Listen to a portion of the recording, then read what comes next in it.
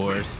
Again, you know, like we always get a nice, you know, some nice surprises when it comes to these brackets. You know, just taking a trip down memory lane here with the you know, with Roman's Sabrewulf the last time around we was doing this, you know, and just how well that they was doing with that.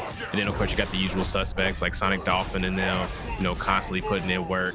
But again, you know, I mean, Chronicle, obviously, you know me, I'm a huge fan, big fan.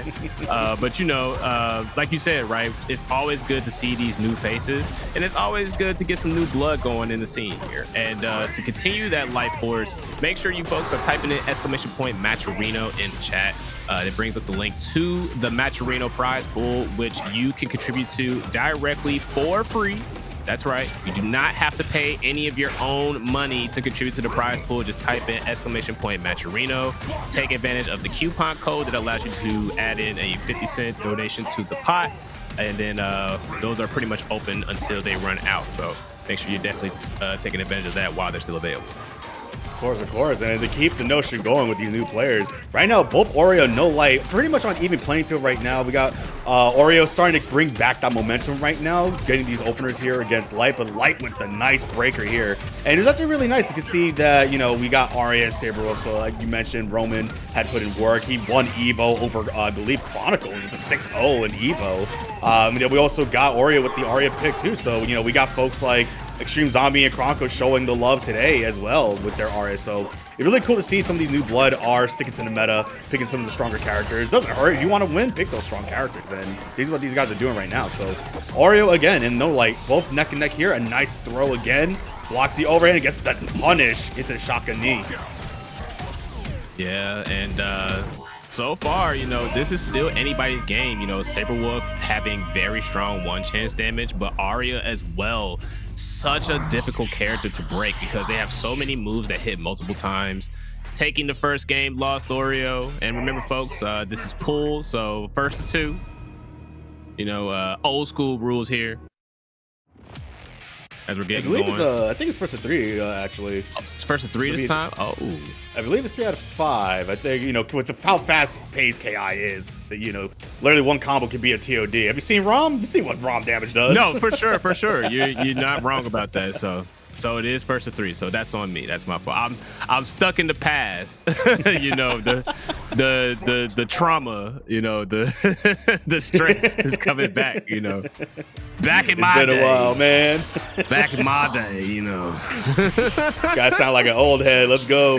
But it looks like we got right? but it looks like we got a character switch from No Light, switching over to the Hisako pick, which is honestly very, very interesting. You know, the one thing I do like about this game is the diversity of the cast here. You know, you're going to see the usual suspect. You are going to see the Arias, maybe the Rash. Not so much Rash lately, but, you know, you're going to see a lot of Sabrewulfs because these are the characters you've been seeing in top 8 winning these tournaments as of late. But, you know, it's nice to see, like, character picks like Hisako. You know, we're going to see some good diversity today, I feel. And the damage to start things off from Oreo right now. Ooh, with the heavy break lockout. Oh, no, that's going to be a kill here. Taking the first life board. Not yet, actually. Never mind. Yeah, and that's a heavy lockout, so that is definitely going to be the first round for Oreo here. Very strong start. Oh, wait a minute. Okay, here we go. Gets the instant the meaty there.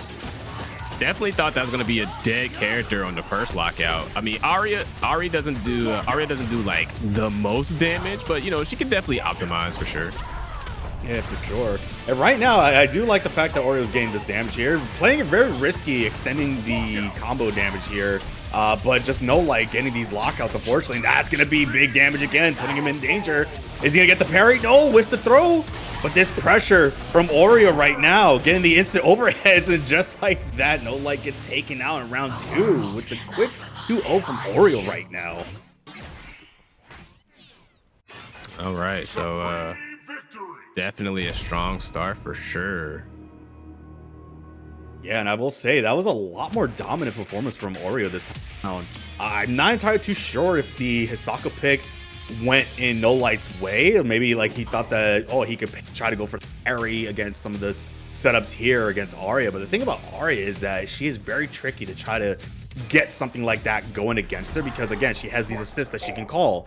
and they're multi-hitting, and they're gonna blow up that parry attempt too. So Aria is able to just constantly keep her safe in these setups. But right now we got the pick back over to Sabrewulf here, and right now this might be the better option here. But Oreo just taking the leverage back immediately. Yeah, here we go. Here it's pretty much just business as usual for Oreo here, as they have been in command for the majority of the, if not the entire match here. Remember, folks, this is first to 3, so it is do or die for No Light at this point. They are locked in on the Sabrewulf as they get the lockout. And that was a little unfortunate for No Light right there. They overextended on the combo, blew it out, unfortunately, rather than taking the damage on the Ender. Right now, just a little bit back and forth here this time around. I think, again, this might have been a better pick, but doesn't get the punish, unfortunately. But it's all right. He could just end the combo. Oh, he didn't have to blow the meter. He overextended a little too much. You got to cash out that damage and finish your plate here. But ends up doing so right now and gets the first life bar off Oreo. All right, here we go. No Light definitely has a much stronger start than they did in the last two games. But Oreo, again, just staying to the course, cashes out with the Shadow DP. Anybody's game still.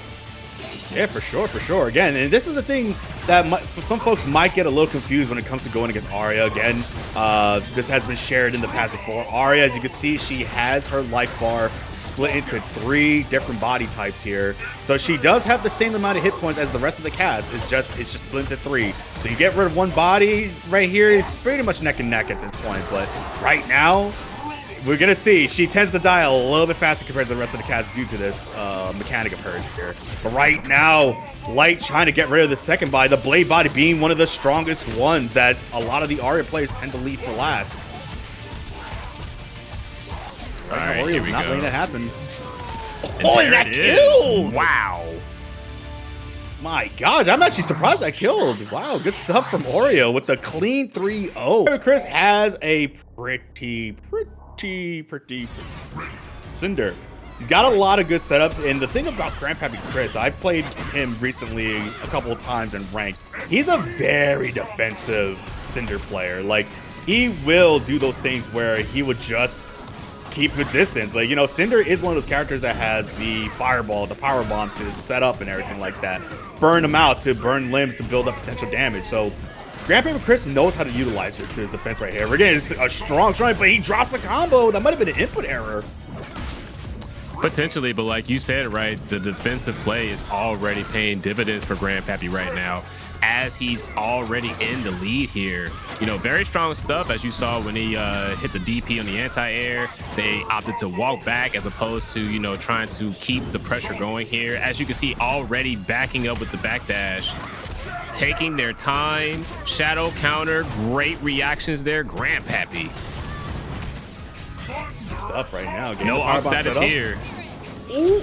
There's the spot, but didn't get the whiff punish. Good tech from Grandpappy though. That's gonna be a free DP. Oh, that definitely had to have been an input error for sure. Yeah, I definitely wanted that flash kick, but that overhead from TBaby is definitely hurting Grandpappy. That's, I believe, like the 3rd one he's taken so far. It could be some nerves, because again, Grandpappy, I feel like hasn't, like, I believe he showed up a couple tournaments over the years, but this could be one of those things where maybe it's been some time, shake off the rust a little bit here. Maybe some nerves being on a, you know, stream stage here right now, playing in front of a lot of people. So this could be one of those things. This is gonna be big damage though for TBaby. Kim Woo hitting like a truck with a 64% combo. Yep, and then Cinder going ahead and just apply that burnout here. It's gonna take some time to get some space for themselves, build up a little bit of meter. Now, Kim Woo has to be careful here because she is a very kick-heavy character. So the way, for those of you that may not know, the way that Cinder's burnout goes is that whatever limbs he sets on fire, any attacks that you use those limbs, so if he sets your arms on fire and you do a punch, you build potential damage for yourself faster. And if he sets your legs on fire, if you do a kick, it is the same difference there. So the thing about Cinder is that he's always trying to burn out the limbs that you need the most. And for a character like Kim Woo, her kicks are literally some of her best normally. Exactly, that's very true. And what makes that mechanic even worse for the opposing player is that not only are they building that potential life faster, they're also fanning the flame. So they're just prolonging the timer over and over again if they're constantly using that same limb. So it's one of those cases where it's like you're kind of forced to hang back and hold the block and wait for that timer to kick off. And what makes that timer worse is depending on the ender as well. So if it was a level 4 ender, it extends the time as well. So it is one of those things. But TBaby showing great patience there, was able to get a good punish and get the KO against Grandpappy right there. It's just one of those things where these two characters can chunk damage if played right. It's insane the amount of damage you can do with either of these characters. Yeah, absolutely right. Kim Woo definitely is able to put on the damage. I would argue is potentially one of the most damaging characters in the game, like possibly top 3. You know, you got Rom, of course, but Kim Woo, you know, once she gets like one shadow off and then she uses the shadow DP, that cashes out for so much. Yeah, especially if it was a counter breaker, forget it, man.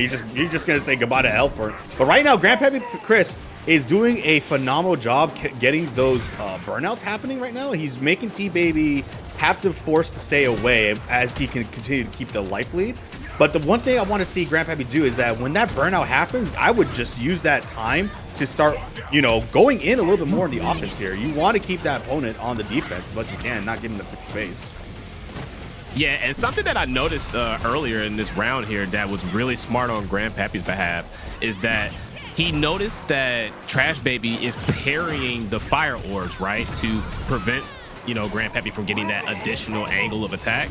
So he ended up throwing the fire orb short on purpose to force TrashBaby to figure out where it was going to land, and then proceeded to approach afterwards. But TrashBaby, again, sticking to the game plan, manages to secure the first round for themselves. But, you know, Grandpappy's not too far behind here. You see it right there. He's just throwing it short, not even giving Kim Woo the opportunity to parry it, and then manages to land one the moment they decide to go in.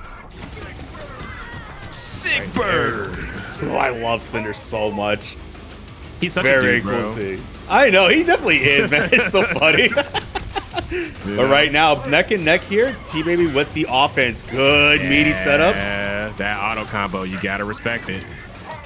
Look at that, 10 hits, and you get a free 32%, but there's their burnout again. All fanning the flame, there it goes, and look at that potential life. It's just building up so fast. My God, oh, and then the counter breaker. That's gonna be huge. All the way out, gets the orb, but the crossover, that's so unfortunate. Oh, the drop combo. Grandpappy. Good bait. Yep, but they had the dragon cancel. I like that Grandpappy was trying to challenge the air-to-air first of all, and there is the ultra. Gets to confirm. Good stuff from Pappy right now with that recap. See, this is what I'm like I'm seeing the adjustment from Grandpappy right now. Even though he's been getting clipped by it, he is trying to anti-air TBaby's jump-ins. There's been the air dash cancels into the jumping heavy from TBaby. Grandpappy has been trying to do crouching heavy punch to try to get it, but he's just mistiming it. Maybe he doesn't feel that the flash kick will hit, because flash kick does have sometimes a weird arc where the DP will just whiff sometimes for some reason. It happens. Yeah, maybe it's just quote placement. Unquote sweet spot, right? Yeah, it has like a sweet spot. So maybe he feels that if he's not there, and he's just trying to fish it out with the crouching heavy. But if you can see now, he's challenging those air-to-airs here. He's not letting TBaby try to control the air right now, which is really great to see. Yep, and that's definitely important for sure. You know, Kim Woo is a character that's really good at dictating the pace once they get close to you. So it's, again, smart on Grandpappy's side to try to play the range game a little bit more here. But like you said, it's also a good sign that they are actively trying to keep Kim Woo off of them. They're not just allowing TrashBaby to just get free offense whenever they feel like it. Exactly. Right now, Grandpappy Chris just on the defense here, trying to fish out the backdashes. TrashBaby's been getting a lot of mileage out of these backdashes, so would definitely like to see a lot more meaties from Grandpappy to stuff those opportunities. But so far, so good. Still anybody's game. Burnout in play, but the timer is already running out. You see the parry there.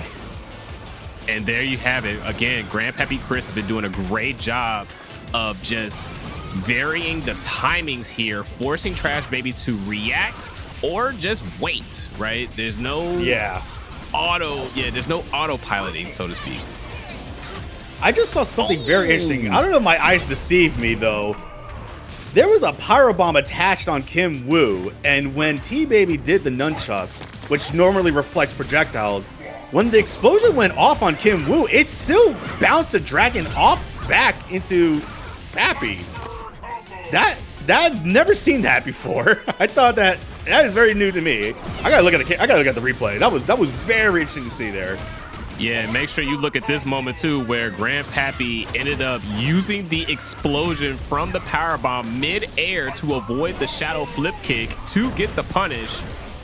Still a lot of work to do though, as they try to get some positioning. Probably wanted to finish the combo there.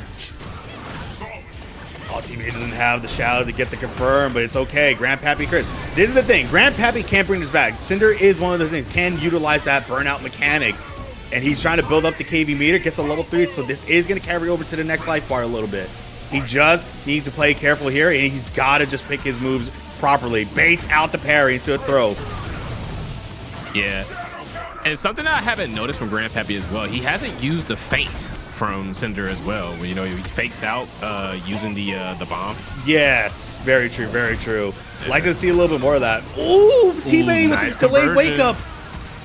Here we go. The strike Jackal, pro we're gonna game. see it.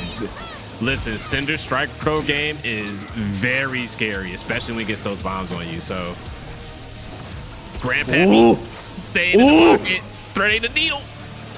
This is neck and neck. Oh my God! You had to DP there. Oh, that's so unfortunate. He was expecting the follow-up from T-Baby because T-Baby has been utilizing a lot of the target combo from Kim Woo, especially with the double kick there. So he was expecting that to happen again because I'm not gonna lie, he has been shadow countering that. He's been on point with that. So I think he was expecting it again for T-Baby to overextend with the kicks. But no, T-Baby just I call it the Shoto special, where they just do a double jump back to back. So the no mix up. Watch exactly. this.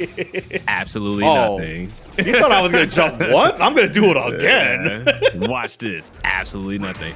Also, you already know what time it is. We got DaaChronicle, the boy, the man, the champ in my eyes. I don't care what happened last time. You know, that's still the guy as far as I'm concerned. Still one of the most winningest players in recent history for Killer Instinct. But yeah, like we're gonna have them facing up against Feedback King, who 3-0'd Heretic Magic Man. So that's gonna definitely be that's gonna be a crazy matchup. He is a Mira right player, now, so we are seeing some crazy work right now from Grandpappy Chris, who is on a killer start at the moment, getting almost a full health bar before TrashBaby can land one. Ooh, oh no! They didn't block the follow-up. And that's going to be first round for Grandpappy. Yeah, they got called that recap there again. So much stronger showing from Grandpappy here. And again, look at this. We're seeing a lot more of these burnouts now. So I think this is definitely the key to him. What I like is that he's also throwing in some shimmies in the mix, because at the start of the round, when he got that opening, he got the drop and then he shimmied to bait out a parry and then picked up a reset off that. So Pappy is mixing things up, but T-Baby was able to get the bar here for that shadow gash. Bro, you lost 50% off of DP. Come on, man. What are we doing here? Yeah, like what Delreact said to me at CEO when I was abusing a bug, it's a feature. Yeah, there it is. It's a feature, not a bug, you know? And mind you, that was only like 4 or 5 hits. That's the crazy part. I think Rom needs to have a word with Kim Woo real quick. Listen, I'm telling you, they trained together on the weekend, something. I don't know. Maybe they came from the same school. The School of Hard Knocks. That was a good catch. Oh my God. Dragon Cannon follow-up. That was great awareness there from TrashBaby. This is an amazing set right now from both players. Grandpappy trying to close things out. Beautiful shimmy. Shimmies. Oh my goodness. Oh, the disrespect. Oh, I know Nikki would be proud. He loves the shimmy neutrons, man. That's what he calls it. Yes, for sure. Making TrashBaby dance a little bit. That's a good sign for sure. And we are down to the wire. We are already on our first game 5, folks, and it's only the second match on stream. Again, it's always a fun time. This is the normal. This is the norm for this game at this point. This is literally just another day in the office for all of these players. You're gonna see, you're gonna see some bust ass for sure, but you're also gonna get moments like these. And these are two players who have been here since the beginning. TrashBaby and Grandpappy Chris both are OG status at this point. So, like you said, it is amazing to see just how far they've come and the level up from both of these players. The adaptations have been insane. And look at this, like Grandpappy starting out strong, was able to burn both limbs right now. T-Baby in a very, very bad position, gets caught on the backdash, and look at his early level 4 cash out already. And with that potential damage, 46% easy stuff for Cinder to work with right now. But look at this, Pappy just all over T-Baby here. Yo, Creepy Sleepy, let me get some 5 gum, man. To get that winter fresh action, This is how it feels in Chicken Stride Jump right now. Place your orders, chat. Place your orders. Oh, the reset from T-Baby! But gets broken immediately right now. Already T-Baby. Again, just back and forth, and we just love to see it, but there's the throw. It's going to be a power setup here. What's the answer from T-Baby? Ooh, can't really answer when you're locked out for sure. Sometimes the best answer is to just accept what is happening. And I will say that was a sick conversion from TrashBaby right there. Get that juggle to get the KO. Didn't even have to spend meter for that either, so it was really good optimal stuff there from T-Baby. But here we go, back and forth, both with full life bar. Oh! The dragon cancel saves TrashBaby. Again, TrashBaby having great awareness with those dragons, taking advantage. Does Nice he get block. the punish there? Yeah, no, that was really good stuff. I think they're having a little trouble there trying to get the punish. That is a free punish, whether he's fired up or not. That is a punish against Cinder, but it is one of those things where like you just kind of have to figure out like what button you need to punish properly with. So not sure if T-Baby knows for sure against Cinder there, but right there's a shadow counter of their own, finally paying dividend back to Grandpappy for shadow countering them all the time here. Yeah, healthy 28-30% there for sure. Had a couple manuals, so good stuff there from TrashBaby. Still anybody's game, potential damage on the board for Hops. Oh, jumps the throat. Oh, right now Grandpappy trying to shimmy again. He tried to go for it. Oh, you didn't think I forgot about you, did you? Trailblazer, such a sneaky move from Cinder. If you guys don't know, I believe he can Trailblazer 3 times up to in different directions. So it's one of those things where like, yeah, he might whiff it, but he can just come back. But right now, the shadow from T-Baby drops a combo version. Is it another one? Listen, we are just letting it fly right now. DPs collide.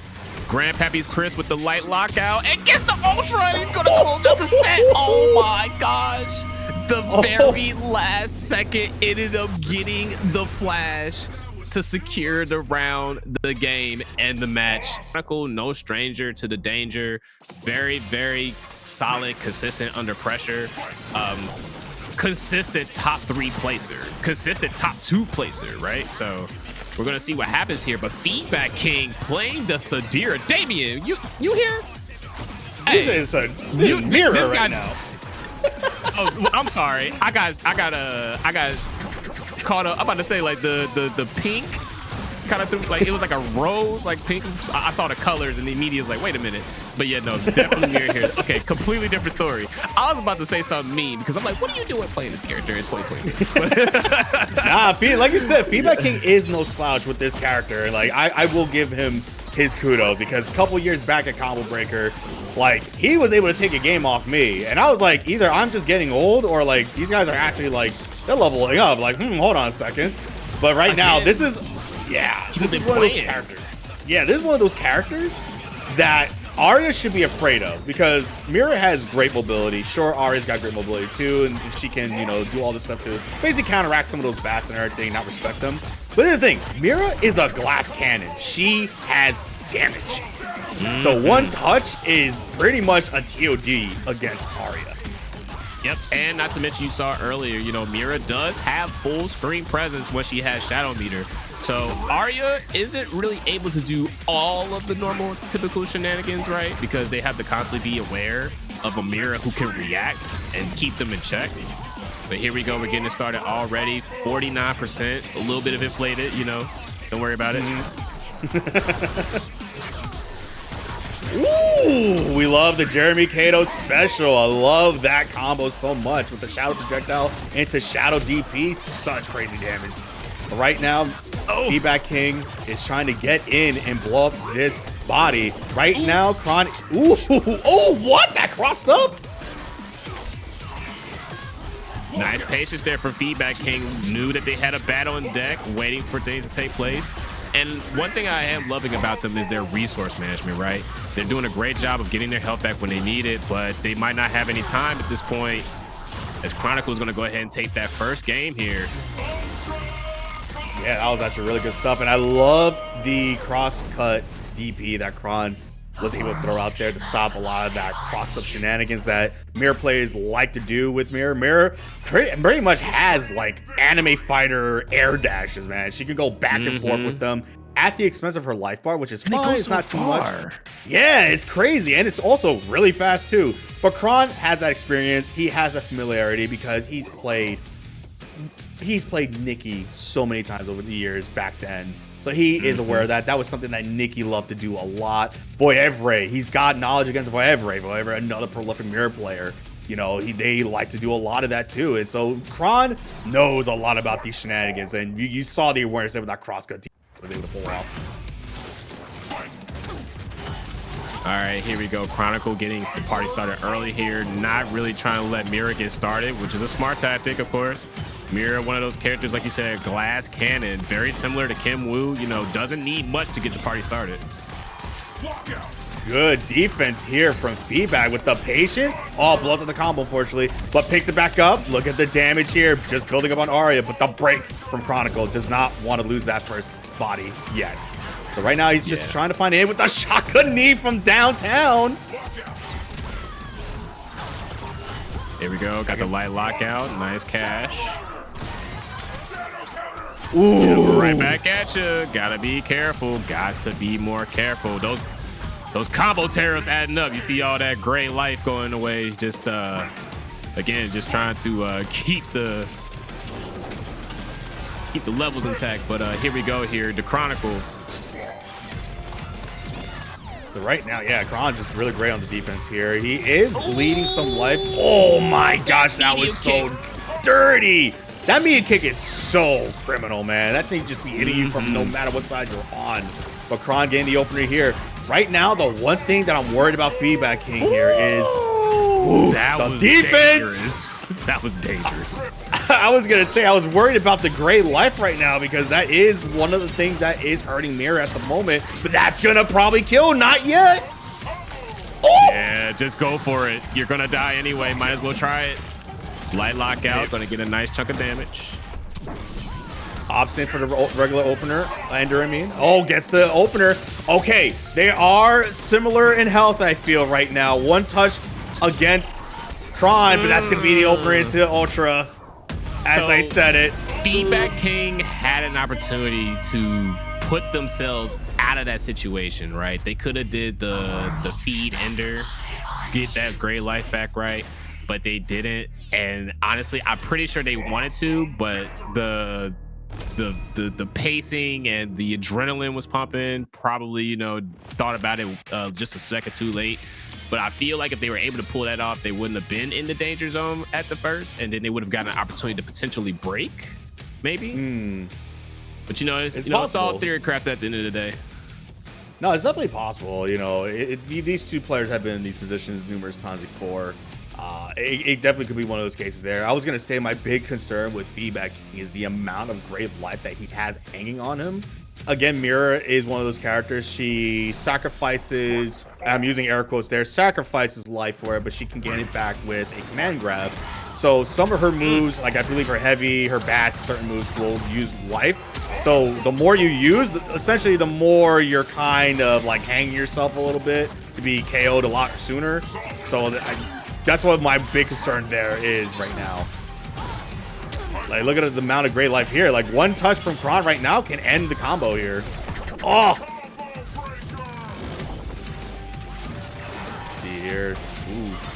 That's away the assist. Gets a command grab. Builds the life back, though. Ooh, nice shadow counter there on the stagger. Oh, try to go for the early counter break. Went for the hardest of reads there, but no dice. Ooh, I like the use of the bats there. So that is a great answer against Aria's assist there. So Aria's assist, some of them, like the blade ones particularly, does have invincibility, I believe, on the beginning, because it acts like a DP essentially. But utilizing the bats just to fish it out, great stuff from FrodoTbagginzz. Builds good damage, try to get that life bar out of there as quick as possible to get that body out there, especially one of the most prominent ones that a lot of Aria players say for the last anchor. Listen, I'm telling y'all, Kron is no stranger to the danger. FrodoTbagginzz trying. I gotta hand it to him on this one because they're doing a lot of great things right. But Kron is just too good. The man's just too good. Ooh, that DP. Reactions, and that is gonna be all they wrote. Chronicle finishing it out with the ultimate. Scoop City. Man. Ooh, look at this. This anime ender over here. Jesus. Right? Good stuff from Kron, but really good stuff from FrodoTbagginzz. The murder bot, right? It's been the Fulgore show more than anything, right? It's kind of like been a changing of the guard. People are trading in the new and shiny for the old and busted, it seems, right? So yep. And here we are. Look at that. See? WolfSlayerNinja looks like he's testing the waters here with the Aria pick.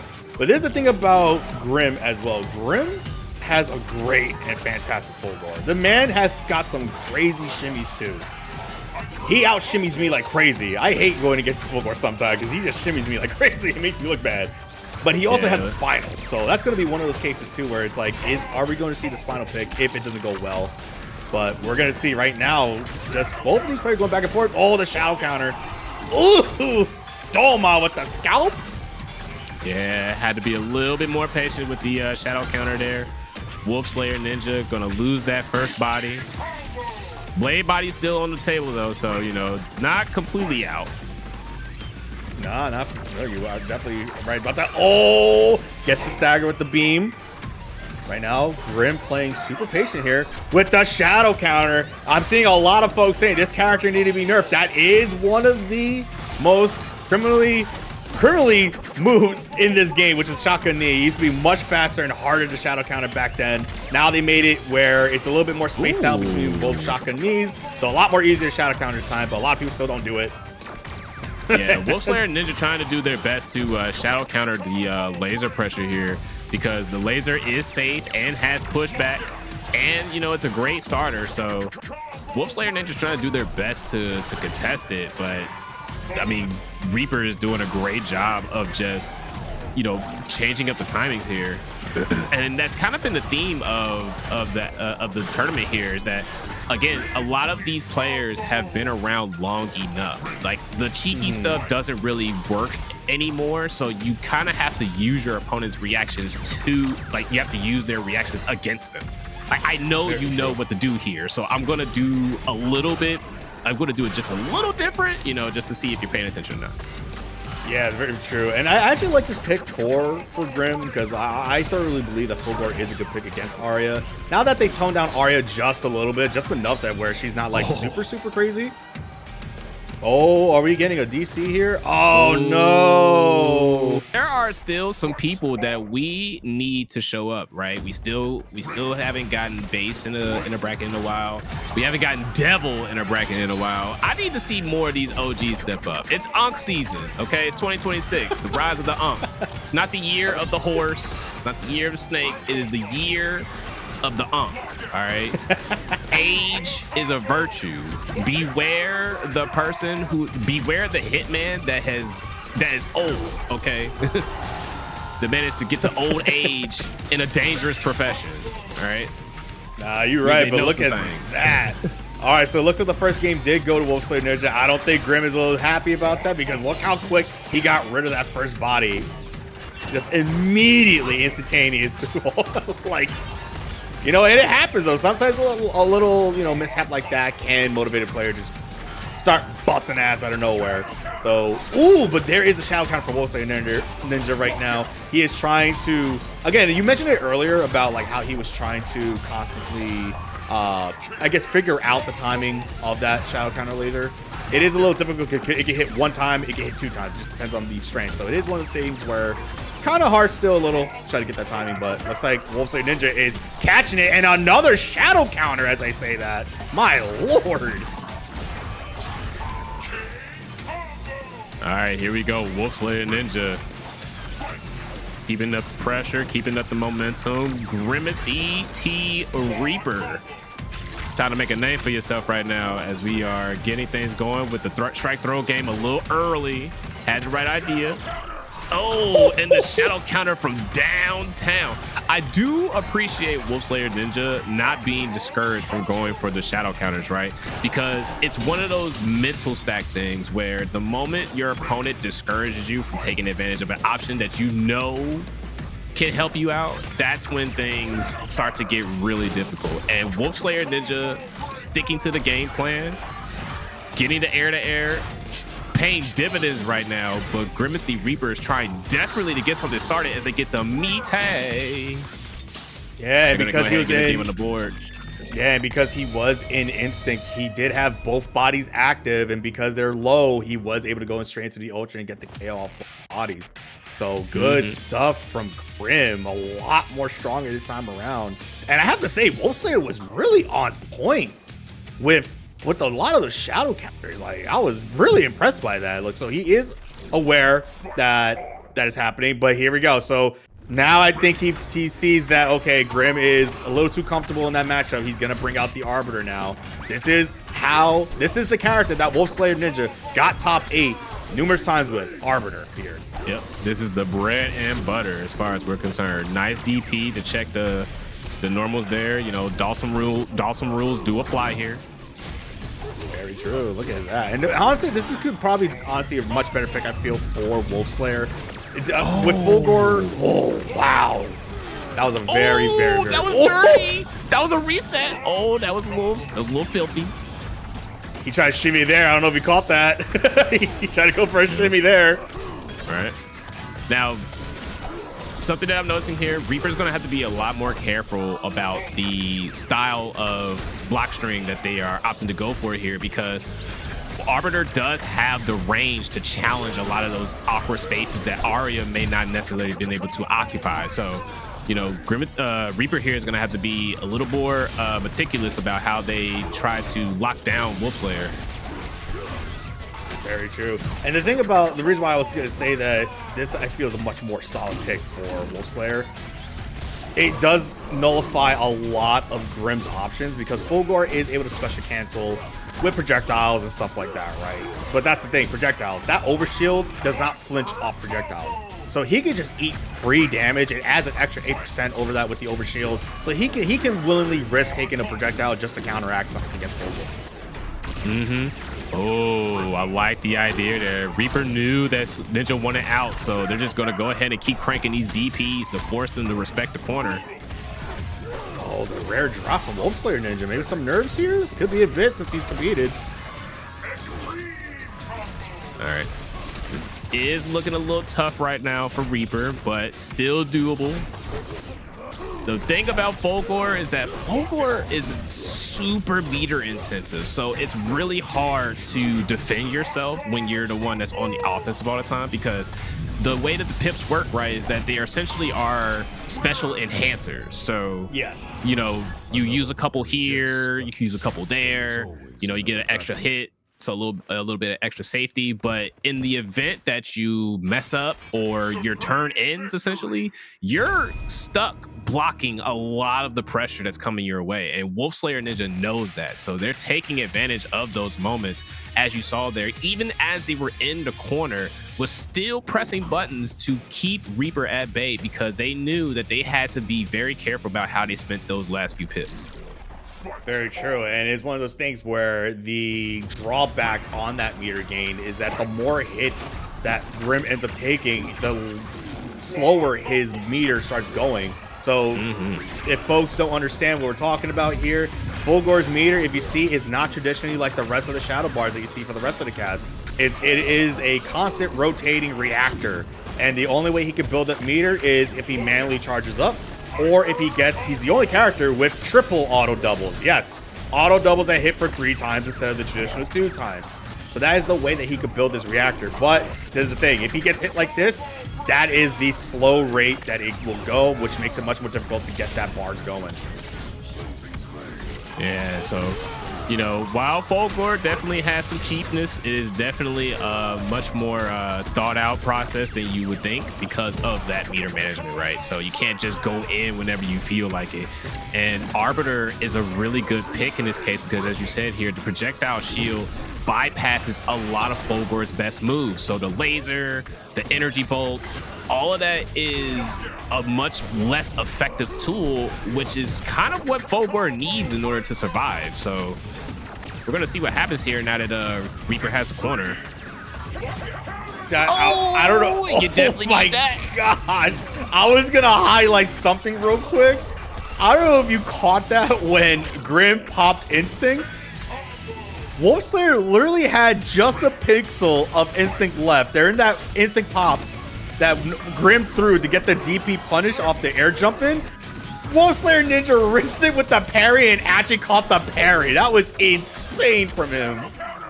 Listen, again, everybody here knows what's up. So, you know, it is definitely going to be some very interesting interactions tonight, you know, because like it's just non-stop hard reads at this point. You gotta try to figure out what to do to break that defense, because what do you do against an Arbiter that plays like this? An Arbiter that knows their ranges, that is patient, that is okay with taking the scenic route, so to speak. Very true, very true. And a character like Arbiter is hard to go against, you know, because he, like you said a great comparison character, Dawson. He's got these long reaching normals because of that energy sword being incorporated into his gameplay. Of course, he's heavily inspired from Halo. He is from Halo, so they wanted to keep that going. And that energy sword has some insane reach. Ooh, his normals got great reach. All right, bit of a standoff here. Gets the counter hit. A little slow on the counter poke from Reaper. Is going to eat a lot of damage for that. Opts to not break. Final hit will do it, but they have full meter, but it won't matter. That overhead, so sneaky. What? Yeah. Wow. Oh my god, I just love watching this game, man. Just seeing what happens in games like this. It's just like, my lord, but Grim against my boy FrodoTbagginzz, who is an Evo finalist from this past year over at Evo, showing with the Maya pick. If right now I'm gonna say he is the best Maya player currently, because some of the breaks that he goes for, some of the shadow counters that he goes for, I don't see anyone else do it. Frodo does it, and somehow it works. It is crazy. Yeah, and Maya is another character that has some unique qualities, right, with how their resource management works out. So we've been seeing a lot of that with these character picks so far. You know, you had Kinwoo with the dragons, Fulgore with the reactor, and then of course you got Maya with the twin daggers here. So like you said, right, one of the best things smoking when it comes to Maya play. Definitely trying to do their best to defend themselves, because once Maya puts those daggers down, it is a completely different ball game.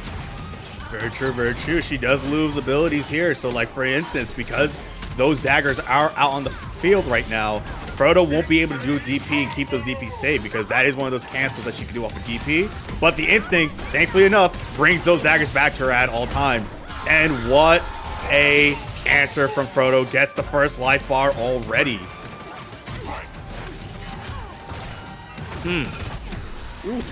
I feel like every time we have a Killer Instinct bracket, we're going to have to start an Aria counter. We're definitely going to have to start each time we see somebody pick Aria. Doesn't matter if it's secondary or not. The moment she's on the screen, add Italia. Because I was there. I agree. It is always forever going to be F Rash. Okay, Rash needs to go.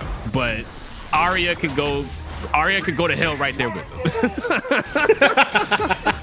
No, I don't blame you. I do not blame you. You are totally 100% right. It is one of those characters that we see a lot. What a break. He had to do it, though.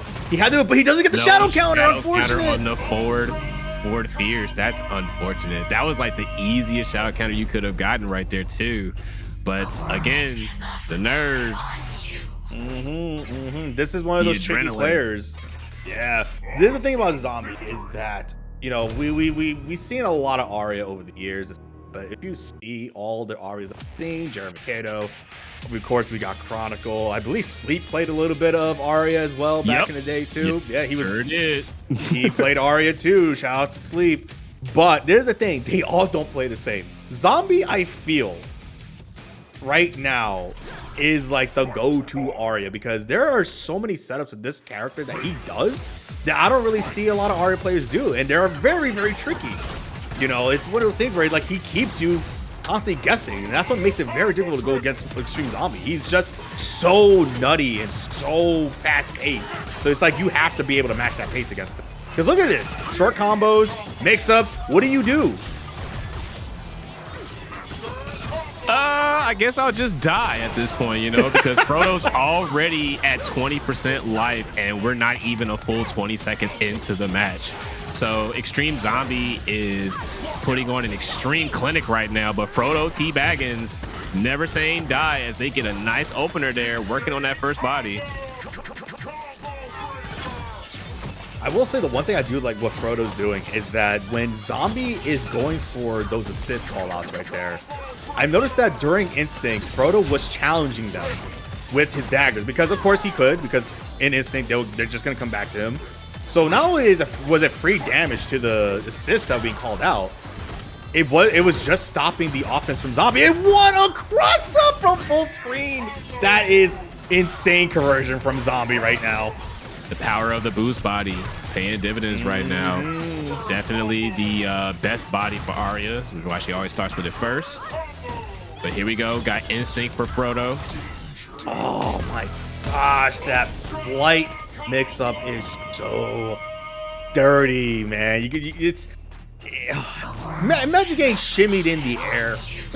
That's what it feels like, because he's literally doing shimmy movements in the air. I said movements. That's exactly what it is. That was yes. Oh my yes. man. Listen, we've been seeing it all. We've been seeing it all day. We've been seeing movement all day. Shout out to Grandpappy Chris. Probably some of the best movement I've seen in this tournament so far. That shimmy was insane. I'm still thinking about it. I'm not even gonna hold you. I'm just like, bro. My lord, but here we go. Game number 3. Zombie 1 away from, I believe this is potentially for top 8. I'm not too sure. Yeah, it's a top 8 qualifier. So he is 1 away, but we've seen Frodo in this position before. You know, he was at a very neck-and-neck game against Chronicle, you know, and he made 3rd place. It was either 4th or 3rd place at Evo. So no slouch to this, but oh man, unfortunate drop for him right now.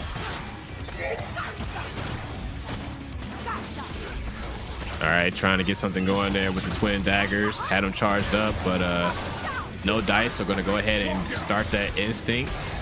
Gets the medium lockout. Go ahead and catch that with the Shadow DP.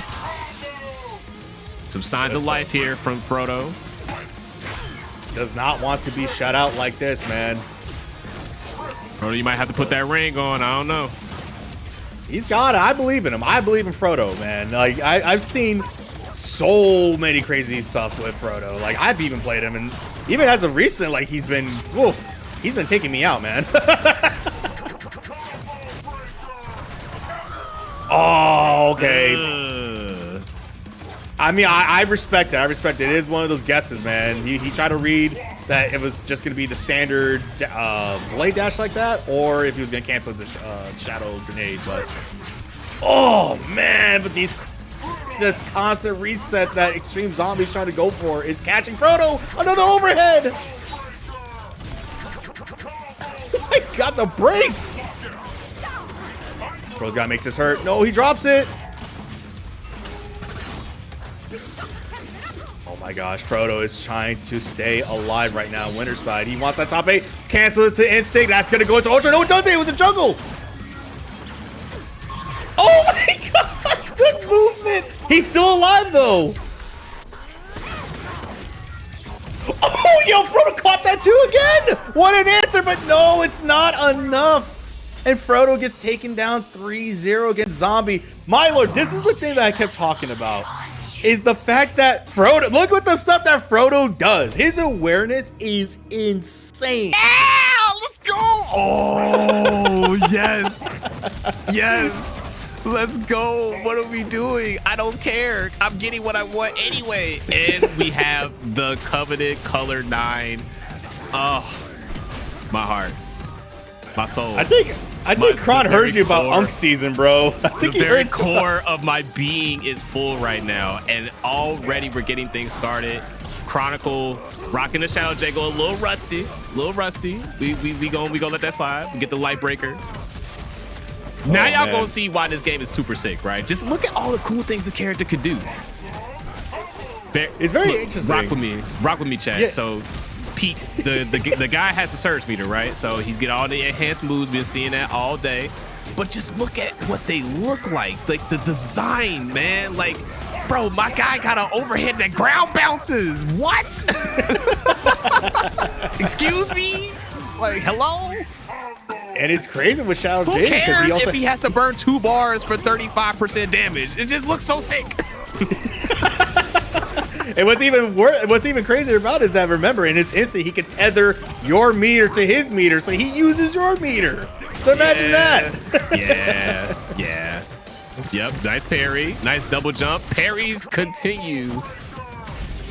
Oh, a little off the mark with the heavy DP, but it's all good. Chronicle has already built up plenty of real estate for themselves. Now is the time we can go a little crazy, right? Oh my God. Yo, that was kind of OD. That was actually kind of OD. Yo, you are so happy about the Shago pick, bro. I'm telling you, you know how often we see this character ever now? Like, bro, like, come on, man.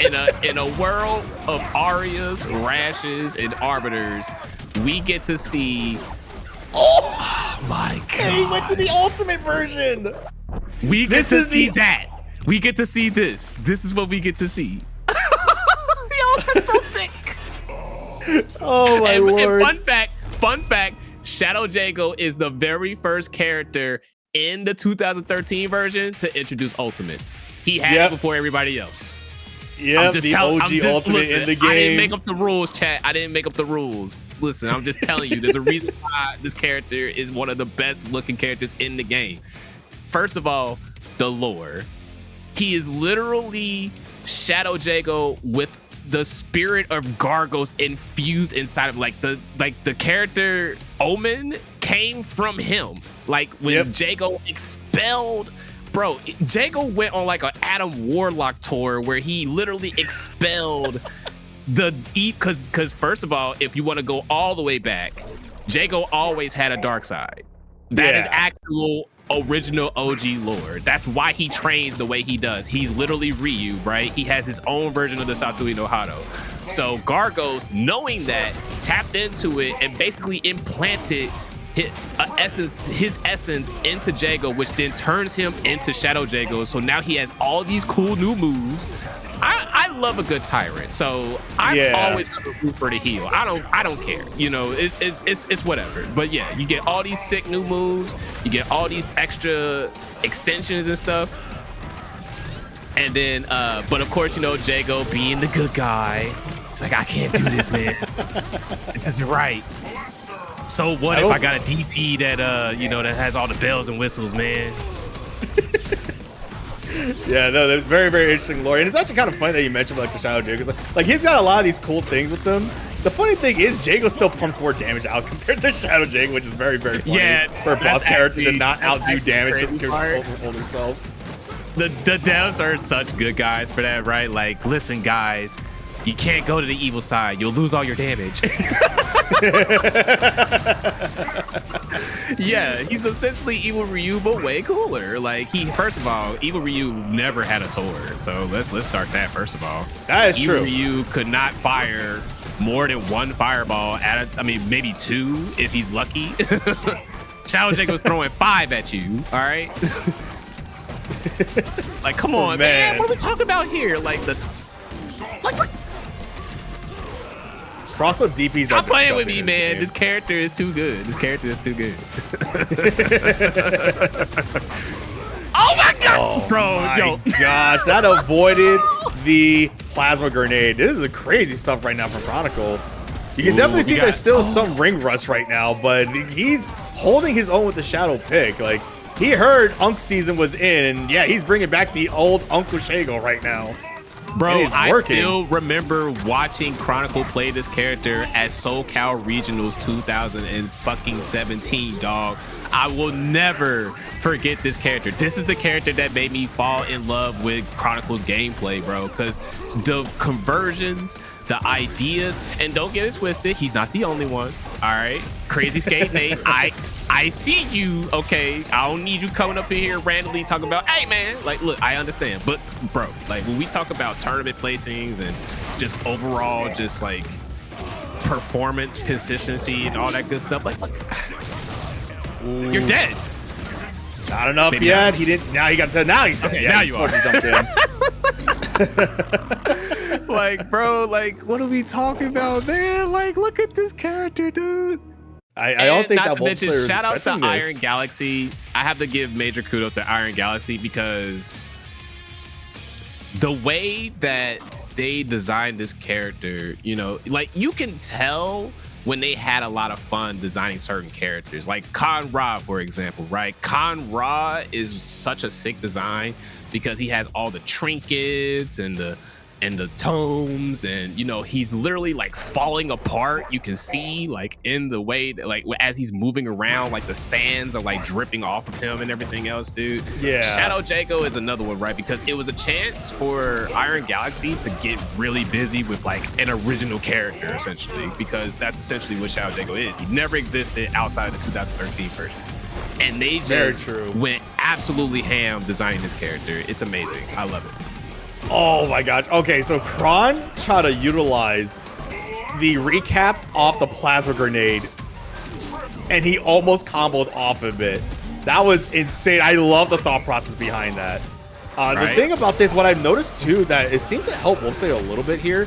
I don't know if you're catching this, but I've noticed that if the plasma grenade is attached on Shadow Jago and he teleports with the dive kick, the plasma grenade will still be active. It will still show where his location is. Like I was watching, I followed where he was going to teleport to because the plasma grenade showed up first before Jago materialized. So that was actually interesting to see. Okay, it's pretty cool. So for those of you wondering why Shadow Jago's teleporting so much, that is actually his dash. Yep. He doesn't have a traditional dash. His dash is literally a teleport that goes through you. You thought Sabrewulf was bad season 1? Nah, hold this. I still think that dash from Sabrewulf season 1 was so diabolical for no reason. The corpse hop of the century, yo. Like this is where Shadow Jago shines. And this is the thing. A lot of people always say that he doesn't really pump out as much damage or anything like that, which is very true. Like the base Jago does pump more damage compared to his boss form, right? But this is the thing. Shadow Jago damage also stacks up relatively fast with how much he can just constantly do resets over and over again. Like, and nonetheless, like, sure, he has to spend meter for it. But the thing is, if he has you tethered, he's using your resource against yourself. So he still has plenty of meter to use. So this character is just so sick. A lot more than meets the eye, right? So here we go. We already got the dive kick manual. That's one of my favorite manuals in the game, the dive kick manual, because it's one of the manuals that's one of the hardest to read, because the different strengths of his dive kick are the differences are very minuscule. Like, it's not like some moves where he literally does like something else. The difference is the distance, you know? Yeah. So, right now, like, you have to pay attention to how high in the air he is and all this other stuff. It's like, man. WolfSlayerNinja is trying so hard to get this opener. He is catching those air to airs. They're both in danger now. City, but we stay close. We stay in the pocket. We thread the needle and Chronicle with a 3-0 victory. I don't know if they really all that. There you have it. Shadow Jago is a character that is by no means considered top. He's good, but compared to Aria and the rest of these characters, he still has his struggles, right? Most notably his damage. And he managed to 3-0 one of the strongest players in the bracket who is using their main character in the bracket, right? So like, very true. It's the man, not the character. For sure. But right now we got our winners semis here. Our second match in top 8 right now. Absolute Zero stepping up with the Hisako pick against Extreme Zombie, but my lord, Extreme Zombie with the perfect first round right now. So, and I think this is a very tough matchup for Hisako. Hisako is essentially a pseudo command grab grappler in this game. But it's one of those cases where it's like, you got a character like Aria, assist upon assist upon assist all the time. So it's like, she can't utilize her parry so well. Like, you have to make hard reads. But once she's inside, you can see the damage that she does. Listen, if there's anything that Charbak has shown me, is that Hisako players are probably some of the most insane people in the community because of what you just said, right? You kind of have to be crazy to play this character consistently against all this, right? So, I mean, Zero can do it because they already made like a couple of good reads here to take the first body, but Zombie is already not having it as they immediately take the first game. That was kind of messed up. I'm not gonna hold you. I was trying my best to like be like neutral here and be you know, keep my professionalism, but damn, that was kind of crazy. Yeah, fight back, Zero. Fight back. I believe in you. Yeah, no, Zero could definitely do it. Zero is also one of those players that has leveled up so much over the years as well. You know, he's no slouch. He's taken out Alex V before. He's taken out Kron before. You know, he's able to hold his own when he's in these high stress situations. But again, this is a whole different beast. This is Zombie. I believe he's beaten Zombie before. I'm not too sure how much he still has played in tournaments. But again, it's just one of those things where Zombie is not just a typical Aria player that we know so much, you know? Like, he's just insanely nutty. He's got like these crazy setups here. Look, short combos, look at this. Assists, what do you do? Take overhead. So this is one of those things where you have to be on point of the defense, but it's not easy. Yeah, you know, Killer Instinct is definitely a game that pushes archetypes to the limit and pushes the matchups between these archetypes to the limit, right? Because we all love to talk about the plight of the grappler, right? Oh my God, give these buffs, please.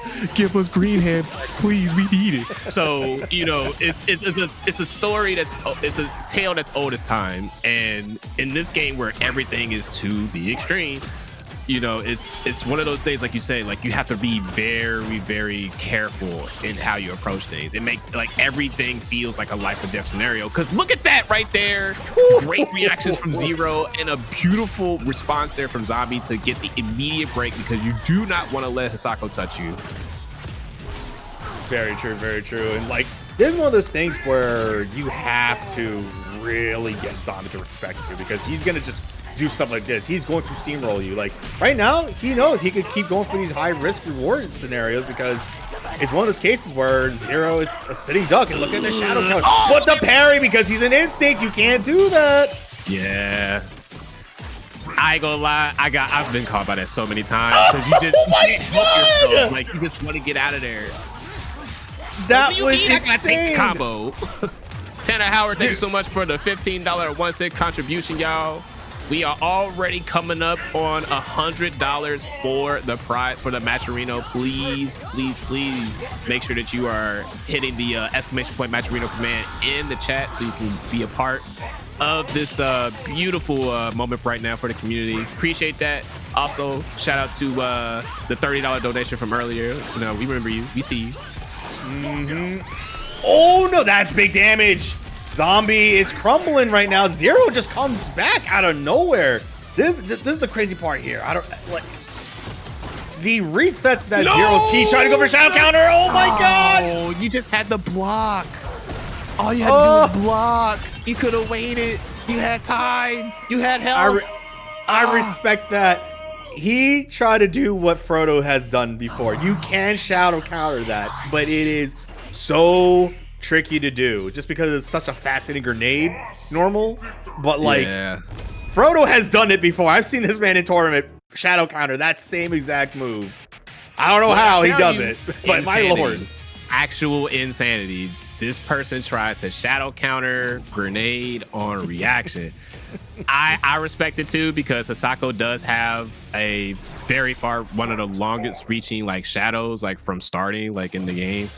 So it would have been a clean punish and it would have given them the game. But you know, I'm not a huge fan of those kinds of risk when you're that low. But I mean, again, you know, Killer Instinct is one of those games where you push to the limit, and if you're gonna die, might as well die your way, right? So exactly, you know, we'll see how it goes. And this has been the story of this match right now. Zero with his back to the corner, you know, in this position that Zombie wants. Look at this. He throws an assist, threw a DP out to cover all forms of answers that absolutely tries to throw out, and he still keeps himself safe with it. But right now, what's great is that Zero finally got the opening, but there's the immediate break from Zombie, not letting it rock, because he wants him back in the corner. Yeah, that shadow takes so long to finish, so Zombie had plenty of time to break that. And I mean, it's definitely one of those damned if you do, damned if you don't situations for Zero, because they definitely could have tried to go for a counter breaker there. But honestly, kudos to them for just letting it rock, because they already did, you know, a decent chunk of damage. And oh my gosh, just priority from Zombie here. Shotgun these, still running the show.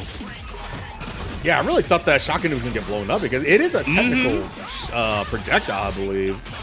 But it becomes physical. I think it's like physical when it's active. It's a hybrid move. Yeah, physical into projectile. Good block from Zero, but this is a lot of chip damage here. The overhead sneaking in.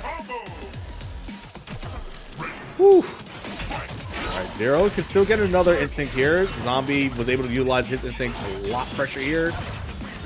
Oh, the raw shotgun. I mean, grenades here. Good stuff again. Good block from Zero. Yeah, like you said, Zombie could, I mean, Zero could definitely still pull this off, because they have a bar shadow meter. The Wrath meter is there. Now they got the positioning. Slowly working their way back, but it's gonna be tough. This is not death. You just gotta be patient. Yeah, just let it happen. Just let it rock. You know, you already lost the exchange. Don't panic.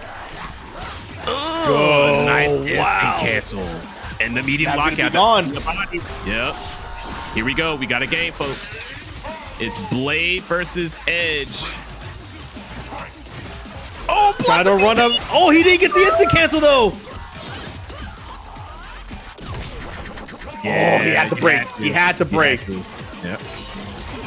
I think Zombie wanted that instant pop from that DP when it was blocked, but he didn't get it off. Oh, they just did it.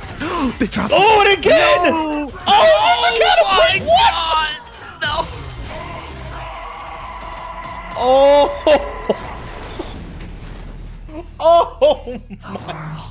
Oh my God.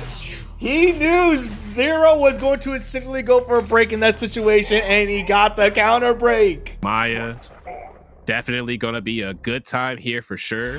So let's go ahead and see how this is shaking out.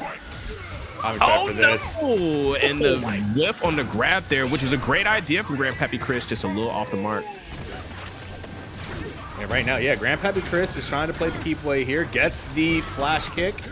It's a recap. There's the burnout. This is exactly what he's going to want to do. And he's been having a lot of great success with this. We've seen it earlier in the bracket against TBaby, where he was applying this burnout a lot. There was the trade there. I think Frodo didn't see that he was fired up, so he got the extra flame puller off the flash kick. But right now, Frodo just not allowing Pappy to really get any breathing room here, which I think is going to be heard you from earlier. You know, you told them that when they get that burnout going, it should definitely be a little bit more oppressive, and we're definitely seeing that coming out here from Hops as they're trying to get something going. But FrodoTbagginzz with the response. Still anybody's game though, because Grandpappy Chris has a bar shadow meter building up here and has instinct. Nice anti-air there from Frodo. Yep, all unbreakable. Juggles. Yeah, look at these juggles here. He's building it up. And this is the thing too that Frodo would like to do as well, is that with those resets and with those juggles, even though he's not cashing them out, or he's not in the position to cash them out, he is making resets happen, and he is building up potential damage on his part as well. So, which is good, because then he can cash it out for much bigger damage later. What a whiff! No, what a sequence. First of all, Grandpappy Chris whiff punished with Trailblazer. They whiff punished with that, right? And then after the drop, they went for immediate shadow counter. They went for immediate counter breaker. No punish from Frodo, and still got the next hit. Like, this is immediately turning into a stressful situation for both players. Oh, for sure, for sure. But there's the meaty standing heavy kick, but drops the combo again. Frodo's got to tighten that up a little bit, but gets caught with the air-to-air. Good stuff from Pappy. Yep, taking advantage of that Trailblazer, even though they got hit out of it, trying to maintain the corner pressure here. But FrodoTbagginzz is going to go ahead and cash that out. Very good stuff there. I love watching Frodo's juggles on those, man, with Maya. It's just so sick just to see the constant ground bouncing. Yeah, Maya's definitely one of those characters that's very entertaining to watch, right? Because they have so many options to choose from with the daggers and the flip kicks. You know, it's like her, Conra, TJ, like season 2 characters in general were like, a lot of the season 2 characters are just super juggle heavy. And you know, it's definitely a treat for the spectator for sure, because there's a lot of, oh my goodness, yo, Frodo has been on point with that anti-air all match. But I mean, you kind of have to do that in this game, you know, the school of base. If nothing else, make sure you anti-air. And he did it again, just as you said it. Another phenomenal anti-air from Frodo, building up the juggles here. Got the potential damage starting to slowly stack up here. But again, another, he traded with the DP. That is so funny to watch. But look at these juggles. Look at the damage build up. Level 3 cash out, 36% with Maya. Good stuff from Frodo here. A lot more stronger this time around. He's not allowing Pappy to set up shop here. Yeah, and the thing about Pappy from that last game, right, is that they were getting they were getting lockouts, but they were already committed to you know, kind of cutting the combo short. So now we're starting to see Grand Pappy commit a lot more to the combo, because they're realizing that Frodo's not really breaking them as well as they should be. So taking advantage of that, fired up, fire on. Frodo is burning down right now as they get another anti-air, but again, Grand Pappy in the lead. Yeah, Pappy definitely was able to capitalize a lot more with the setups there. And right there, that is some good stuff from Frodo. If you guys don't know, Maya is able to throw her projectiles, her daggers, both at the same time, but it will be a trackable, unblockable projectile. It follows you. Imagine that, an unblockable that just follows you until it hits you. So nothing wrong with that at all. Perfectly nothing fine. wrong with that. It's a feature. Yeah, another feature. Yeah, there you go. All right, all these manuals. There's the reset again. Yep, a little too much dip on your chip there. Got the light break. Nice conversion there from Grand Pappy, getting the burnout started early. Going ahead and burning out those arms, trying to put a bit more of a cost on those dagger tosses there. So good stuff there. And Frodo, knowing what was coming, had to break. What a tech, and another anti-air against the Trailblazer. He is not allowing Pappy to try to fish for those hits with the Trailblazers, because that's one thing that a lot of Cinder players will do. They will do Trailblazer like that to fish for a hit, or just for mobility purposes, get to the other side out of the corner. Oh, but just Frodo not allowing this. And look at this, he's just getting free juggle conversions off this. Oh, no. And again, tried to get through. All right, still anybody's game, mind you, because oh no punish on the whip. Got a lockout. He's got a recap. It's a recap. That's gonna be kill. Enough. Yep, there it is. Oh my gosh. Yeah, so the thing is with that is that unfortunately, I think the only time it becomes unblockable with that projectile is if she has full pips on both daggers. So my player can correct me if I'm wrong there, but yeah, because he was able to block it there, but I don't think she had full pip active at that point. So Pappy was able to block that projectile, but my lord, this is insane. Like the adjustment from both players, man. Pappy playing a lot more open now. He's getting those burnouts, and I think he found the answer there, because he's been utilizing the leg burnouts a lot more, right? But this is the thing, Maya's daggers are punch based. So he started to apply that burn effect on the upper limbs instead, which will stop Frodo's juggles, stop his oppression there, his constant offense there. So good knowledge check from Pappy there. Yeah, this hurts you as much as it hurts me, right? You know, exactly. Definitely putting that combo tariff, that tax, making sure that you understand what you're getting into. So Grand Pappy Chris trying to get something going. FrodoTbagginzz with nice blocks. I'm gonna throw this out there real quick. That has been the story of this match too. Frodo has been catching those Trailblazers nonstop with their crouching heavy punch with Maya, and it's just, again, knowledge checks. He's got the knowledge here. It's insane. Yep, knowledge checks and mental stacks. But again, one of those things, right, where you kind of have to still keep going for it because Trailblazer is one of Cinder's main go-to moves. So the moment you start to not do it so much, you start to give up that mobility, and that's a very dangerous option to part ways with, especially against a character like Maya who has mobility to match. So. Oh, that's gonna be big. That's not, no, you never want to go for a break on that shadow. Those huge multi-hitting shadows that are like 10 hits or more, you never want to go for those because it's always a possibility for a bait. Grandpappy Chris definitely got a nice read there, but FrodoTbagginzz still staying the course, has a slight health lead. He had the right read there, trying to go for the anti-air again that he's been catching Pappy with over the extent of this match. But unfortunately, he got caught with the, this wasn't even a trade. He just, I guess, mistimed it and just wasn't able to get the anti-air going. But it doesn't even matter. He's picking up the pace again, not allowing Pappy to play this defensive game. And the one thing I've been noticing that's kind of missing, but it's just more so, I guess it seems like he hasn't gotten a chance to. We're not seeing the burnout from Pappy right now. Yeah, I think Pappy is really just trying to get their bearings at this point because Frodo has been relentless with this pressure and immediately stuffs the DP. This is crucial. That was Pappy's main bread and butter there. But just, again, just not being allowed to do anything right now. But he got the over. That's an early lockout. There it is. And we already got an equalizer immediately getting the hit. But instinct is on the table for Frodo. Yeah, what a catch! Yep, Forward Fierce gonna go ahead and get the opener here. Nice break, you had to. Oh, no, there it is, the Unbreakable! Oh my gosh! Oh, wait a minute! He shot anti-air again. All right, here we go. Anybody's game. Shadow meter, a little bit of chip. Oh, and a beautiful. Oh no, he's got a break. He's got a break here. He gets it! Oh my gosh! Oh, no! The scramble of a lifetime! Oh my god! No way! What a catch from Frodo! Seeing that Hops was looking to hop around and just stay out the way, so throws the dagger straight in his face, catching him on the recovery. Wow! What a adjustment. Oh my gosh, those two were just swinging. I have never seen so many air-to-air whips back and forth like that. They were both throwing and trying to get that opener to get the ultra. They were just both one away from a winning combo.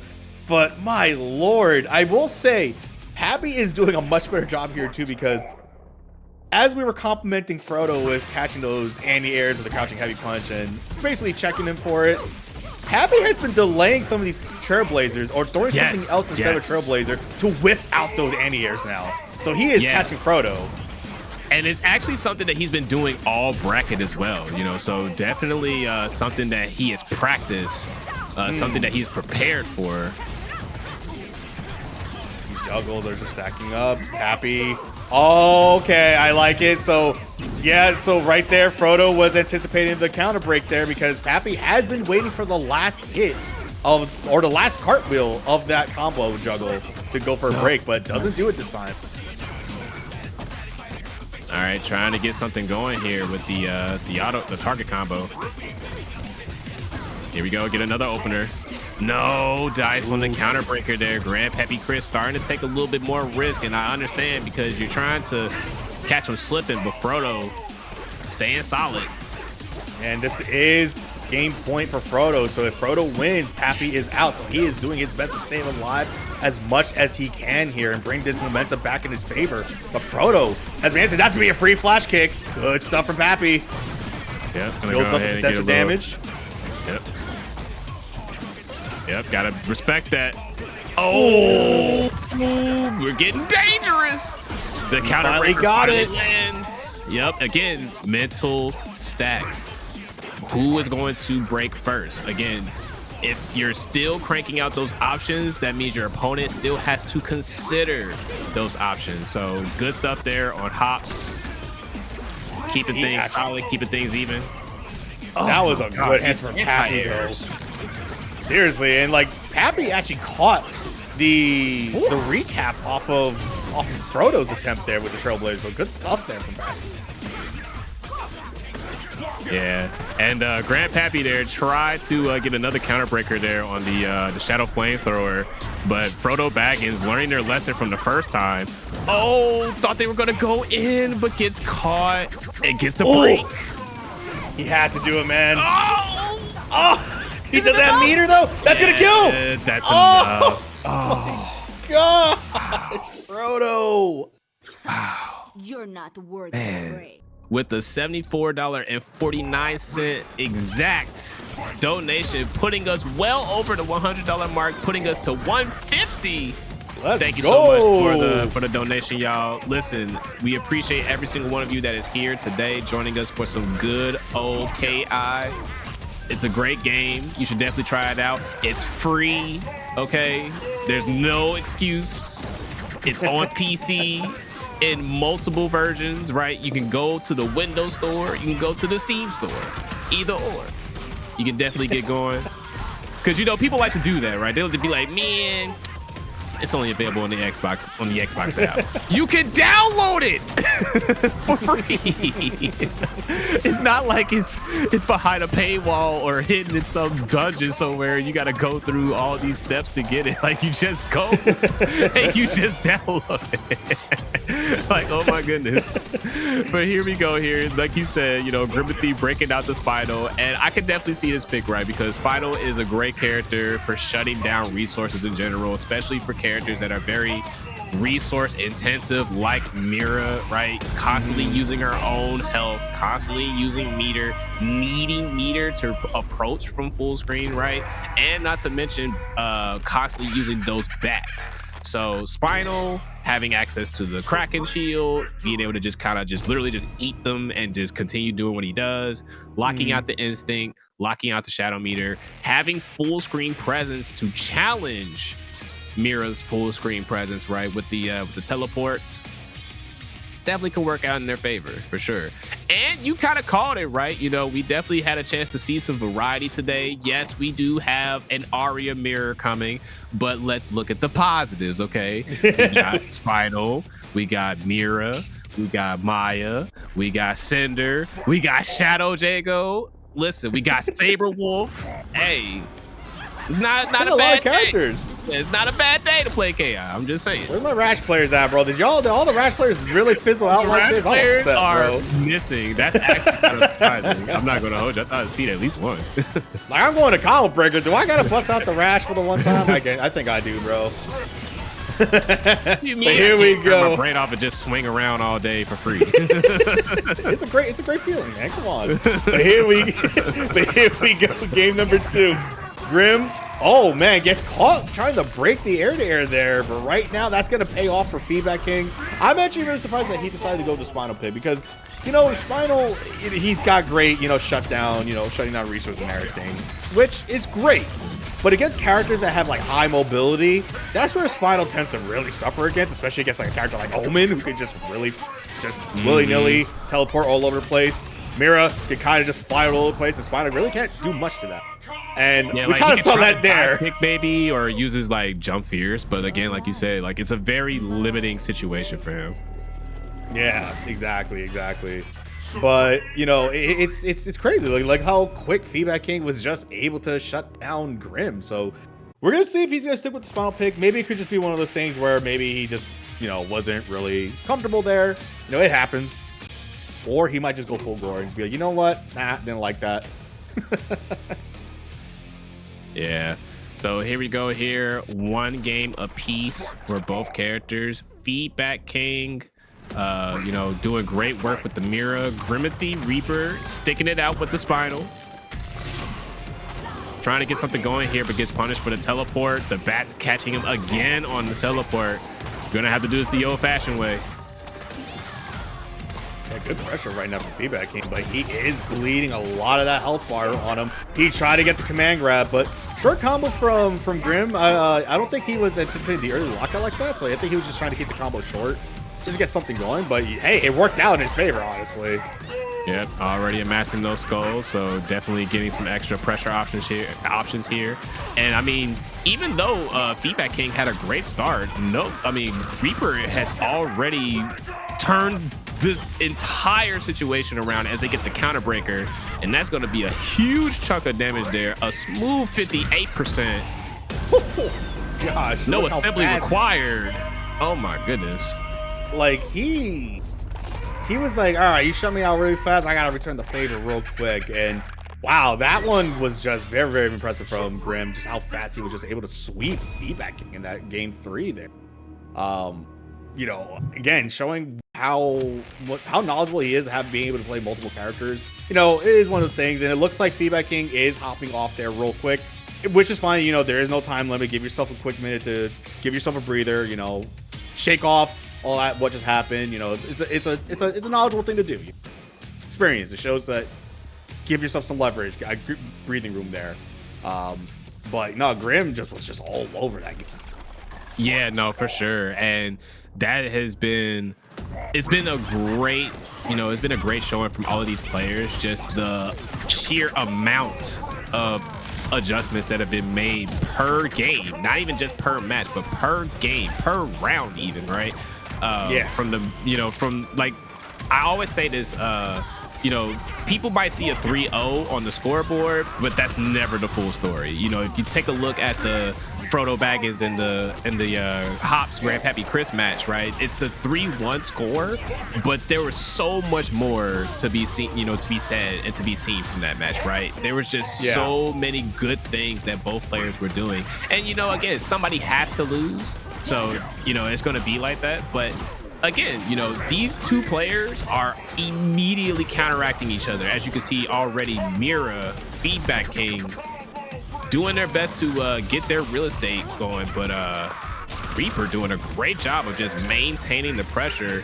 That gray life is starting to stack up though, so Feedback King is going to need to land a command grab soon, and Reaper knows it, so they're keeping the pressure strong.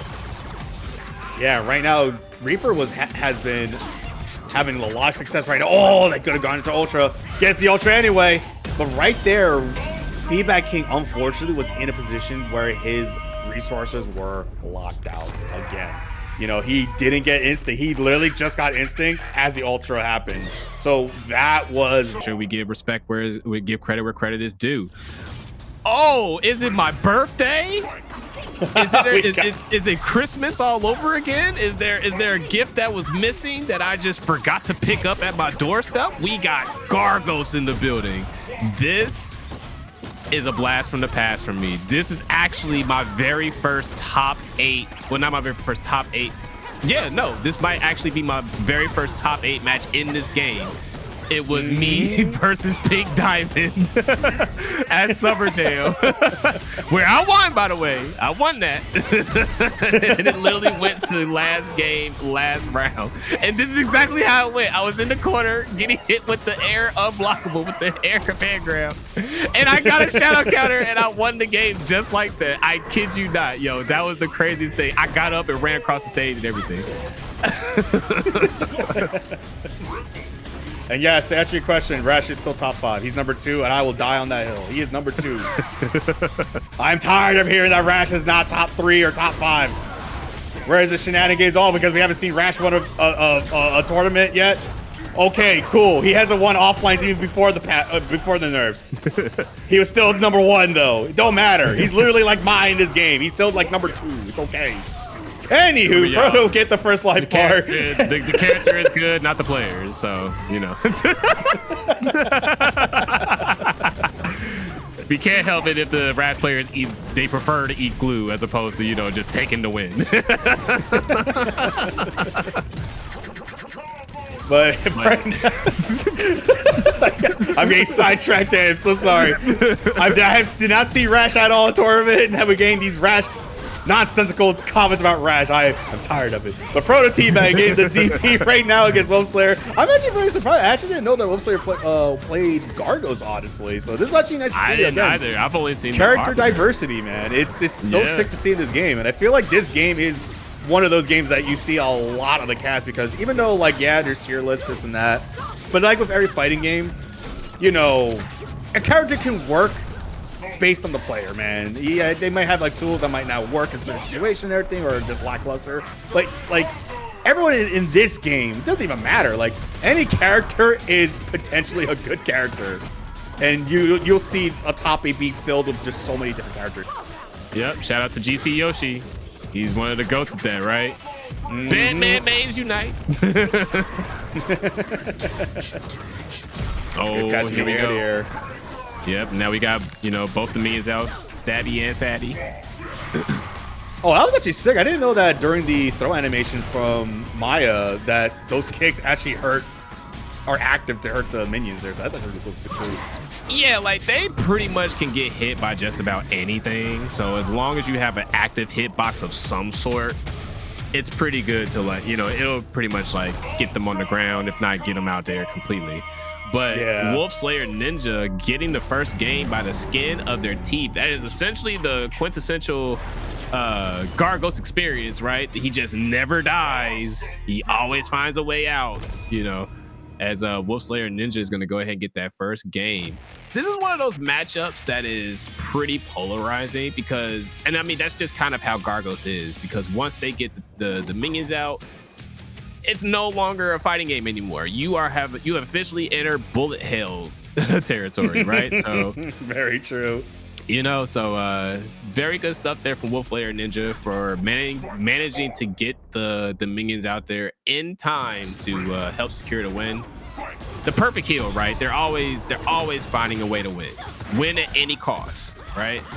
Yeah, and it's one of those things where, like, WolfSlayerNinja was able to finally capitalize on having both minions out late game, this and that, so it was able to put Frodo in a very bad position of having to basically, like I said, fight a bullet hell. You got to fight 2 demons at once, and you got portal punches also throwing out at you at the time.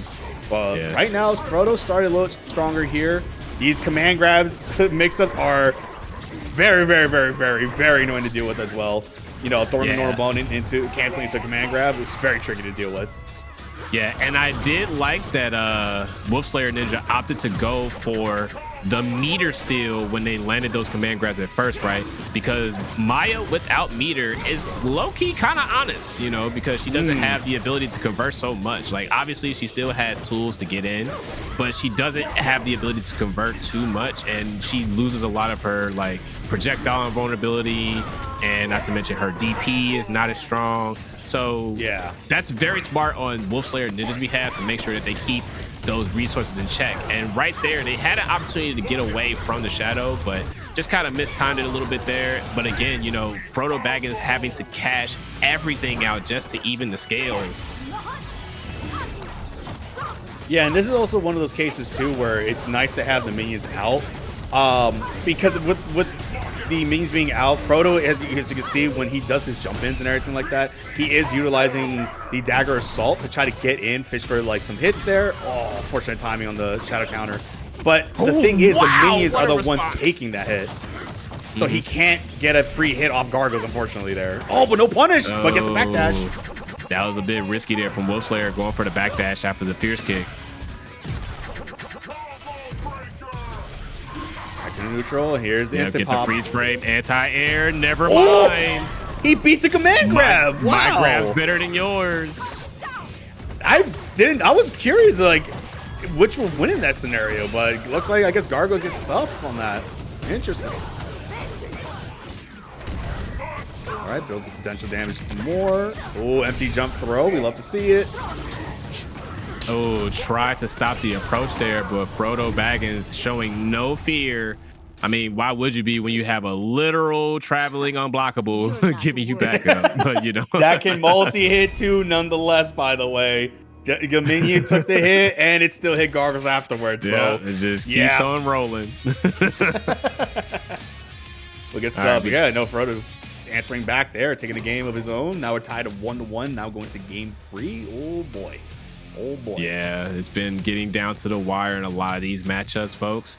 Again, appreciate everybody coming through. We are rocking, looking very strong here. About 700 viewers on Twitch and close to 300 on YouTube. So again, appreciate all of you coming out and hanging out with us for some Saturday afternoon beatdowns. You know, we don't watch cartoons. We play fighting games over here. So very true, very true. Yeah. You guys are not missing. You are missing out if you're not here right now. Like, you guys are missing out some high level KI right here. Frodo taking the massive life lead right now against WolfSlayer, who decided to go with the Arbiter pick. You know, honestly, solid pick because the overshield will counteract those projectiles. But this is a very bad position. He tried to get the parries. Yeah, and you know, this is actually not a good sign for WolfSlayerNinja, right? Because it seemed like they were getting more mileage out of the Gargos. But the Arbiter here is just having a tough time trying to get started. I mean, FrodoTbagginzz hasn't lost barely any health. They haven't even lost like 20%, but WolfSlayerNinja with the heavy lockout is going to try to make something shake here, and it's going to take a lot of resources, right? They are already spent some of those bullets, almost at half a mag. Nice overhead. Gets the combo, light breaker. Good stuff for Frodo. I actually like that conversion there. Is he gonna go for the break? He does. Really good positioning here for. Yeah, I mean, this is probably the most liberal that WolfSlayerNinja has been with the plasma rifle, right? Oftentimes they don't really use it until like towards the end when they're trying to close things out. But as you can see here, they've been pumping out those rounds, trying to get something going here as we get a few more shots. Resources are starting to run out. Yeah, those overshield is doing its job. Oh my gosh! Finally gets the opener to the closeout here. Gonna spend a carbine rifle. Yes, he does. Gets the KO here. But WolfSlayerNinja, no instinct. Only 8% extra added on top of some of the overshield. He does have 1 bar of meter in case he needs another one. Hold on. You might have something here. Instinct is coming up very soon for Frodo, so WolfSlayerNinja is going to have to be very careful. Ooh. No! He locks out. It's going to be game. Locked out. Oh, that was so close. So close. Oh, wow. Good stuff, Frodo. You're not. Yeah, you had one last chance. One last chance. And that's the thing, you know, some of these specials in the game are very hard to break because the difference in the visual for the move isn't always rooted in the move itself. Sometimes it's rooted in other underlying factors. For example, with Jago, you know, the different strengths of his teleport kick are shown in the distance that he takes when he does the shadow kick, right? And for Maya, the strength of the DP kick, right, is not shown in the kick itself. It's kind of unnoticeable in a way, right? TJ Combo, another character that has specials that are very hard to determine which strength that they're using. And that's what makes these characters so strong when they get started, is because they can very easily keep you guessing on where they're going with the combo route. Very, very, very true. And right now, it has been the same story, though, Jackal. It has been all Frodo. He's going to spend the bar to cash this out to level 3. Look at the damage built up. Oh, man. And WolfSlayer not sure what to do to get himself out of this corner. Yeah, but I mean, we saw this story before, and we know that WolfSlayerNinja does have the know-how and the nerve to try to make this comeback, as they almost pulled it off in the last game, right? And they used the command grab as sort of like a low profile to get underneath and out of the corner there. So now they got a chance to make things happen, as Maya is currently working with 1 dagger, which is actually not good in this situation because they have very little options to challenge. Burns a bar on the shadow counter, no dice. What a recap with the plasma grenade off the throw. Evening things up right now. WolfSlayerNinja just made an instant comeback, but there's a shadow tumble and gets the command. Oh my god, the shadow counter. I mean, I'm tripping up all over my words. This is going crazy. Brother, listen, these matches have been melting my brain all afternoon, and I am here for it. That's okay. A little bit of drool ain't bother nobody, all right? So here we go. We're gonna go ahead and get started with the grenade pressure. Nice catch there from Frodo, but we do not care as we spin the bar. Light lockout is gonna be round. Sure, and he was actually able to convert this into a great juggle where he didn't have to use meter for it. So good stuff for Frodo. Using those optimal juggles here, gets the break, keeping WolfSlayer in the corner. This is where he wants him. He does not want WolfSlayer out of there. But WolfSlayer don't care. Oh, and there's the stagger off the plasma, but drops the combo, unfortunately. I'm gonna say that was intentional because they immediately pressured right after, and I feel like they were trying to bait a counter, possibly. I could be wrong, but that looked a little too clean for that to be a drop. You could be right, honestly. Oh, he goes with the stage ultra. Honestly, making a statement right now. Honestly, the best stage ultra in the game, free. Like this, the fact that you get hit by a wrecking ball. That's what it is with me. It's the wrecking ball, yo. Like what?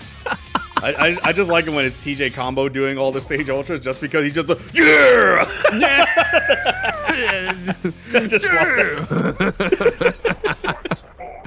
TJ Combo is great. That's another character I love in this game too, because his story is kind of ridiculous too. Like Killer Instinct is such a metal ass game. I swear. Like there's just so much crazy lore. Like these stories are insane. Like Fulgore is Thunder's long lost brother. Like they managed to take like his skeleton and put it in a freaking cyborg. Like and Thunder's basically going on a spiritual journey to restore his soul, which he succeeds in, mind you, like which is kind of insane. Freaking, yeah, so many years later we finally get to play Eagle. You know what I'm saying? TJ Combo literally, like he actually was a bad guy like in the beginning of the in the early games, because he openly accepted implants from Ultratech so he could win. Like he cheated to get the champion, to get the belt. So he didn't care either. And then like in this version, he's finally had enough. He's so sick of himself that after losing everything, he decides to rip out the implants himself. Hence all the scars on his body. Like what do you mean you just decided to just, you know what, I don't need these. Like, excuse me? Oh man. But and yo, your limbs are still functioning? Like what? And not only are they functioning, he still has most of his like strength. Like he has the old man strength, so he's like punch you in your chin and you're like stunned for the next few seconds. But right now, this game number 5 is about to be crazy lore right now, because look at these two going at it. Frodo tried to get the counter break, but doesn't fight. WolfSlayerNinja bringing this back right now. But this is, again, game number 5. Winner take all. Loser is out of the bracket. Oh, but he traded with him. Why would he go for that? And he got it. Hold on. This is Wait a minute. Last hit to do it. Yes, he has one chance. He got one chance. No, he goes for the breakable. Oh my God. He did it. He actually did it. Oh my God. I haven't seen that sequence in years. He did the carbine rifle loops. And that is all. First of all, people forget the carbine rifle shots are all on scale damage, by the way. Let's peep that, but like that was probably the craziest part of that entire match. Like this dude just did it, and he didn't get punished for it, because that command grab takes forever to recover. Like I think that's probably why it didn't get punished, because even Frodo was like, "What?" But right now, we're gonna go ahead with Absolute Zero with the Hisako as always, going against Grim. So Fulgore versus Hisako, very, very interesting matchup here. So we did see Zero earlier against the Extreme Zombie, and unfortunately that was a pretty dominant performance for Extreme Zombie here. But this is Zero, you can never count him out. He's also one of those players, again, when high stress situation, that's where he shines a lot more, and he just comes out the woodwork swinging too. Right now he's got a really good, comfortable lead here. Doesn't have much to worry about, and he takes the first life bar just easy peasy like that.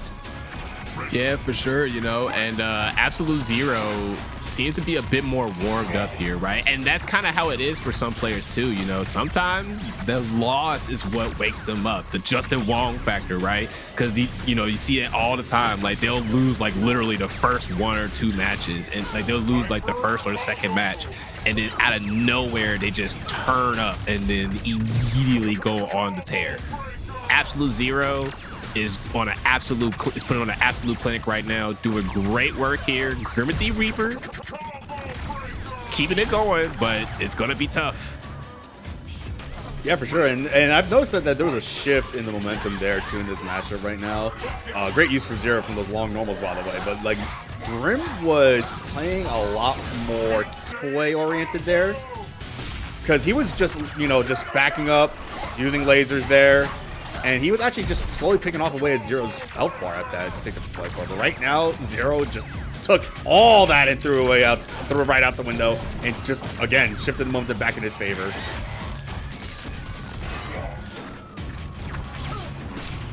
And, you know, I appreciate the grit from all of these players, because just when it seems that all hope is lost, somehow they still manage to just kind of bring things back from the brink. Even if it doesn't work out in their favor, just the drive to play until the round is over is something to aspire to for any fighting game player, right? For any person. Yeah. So I just love to see that level of dedication for these players, for sure.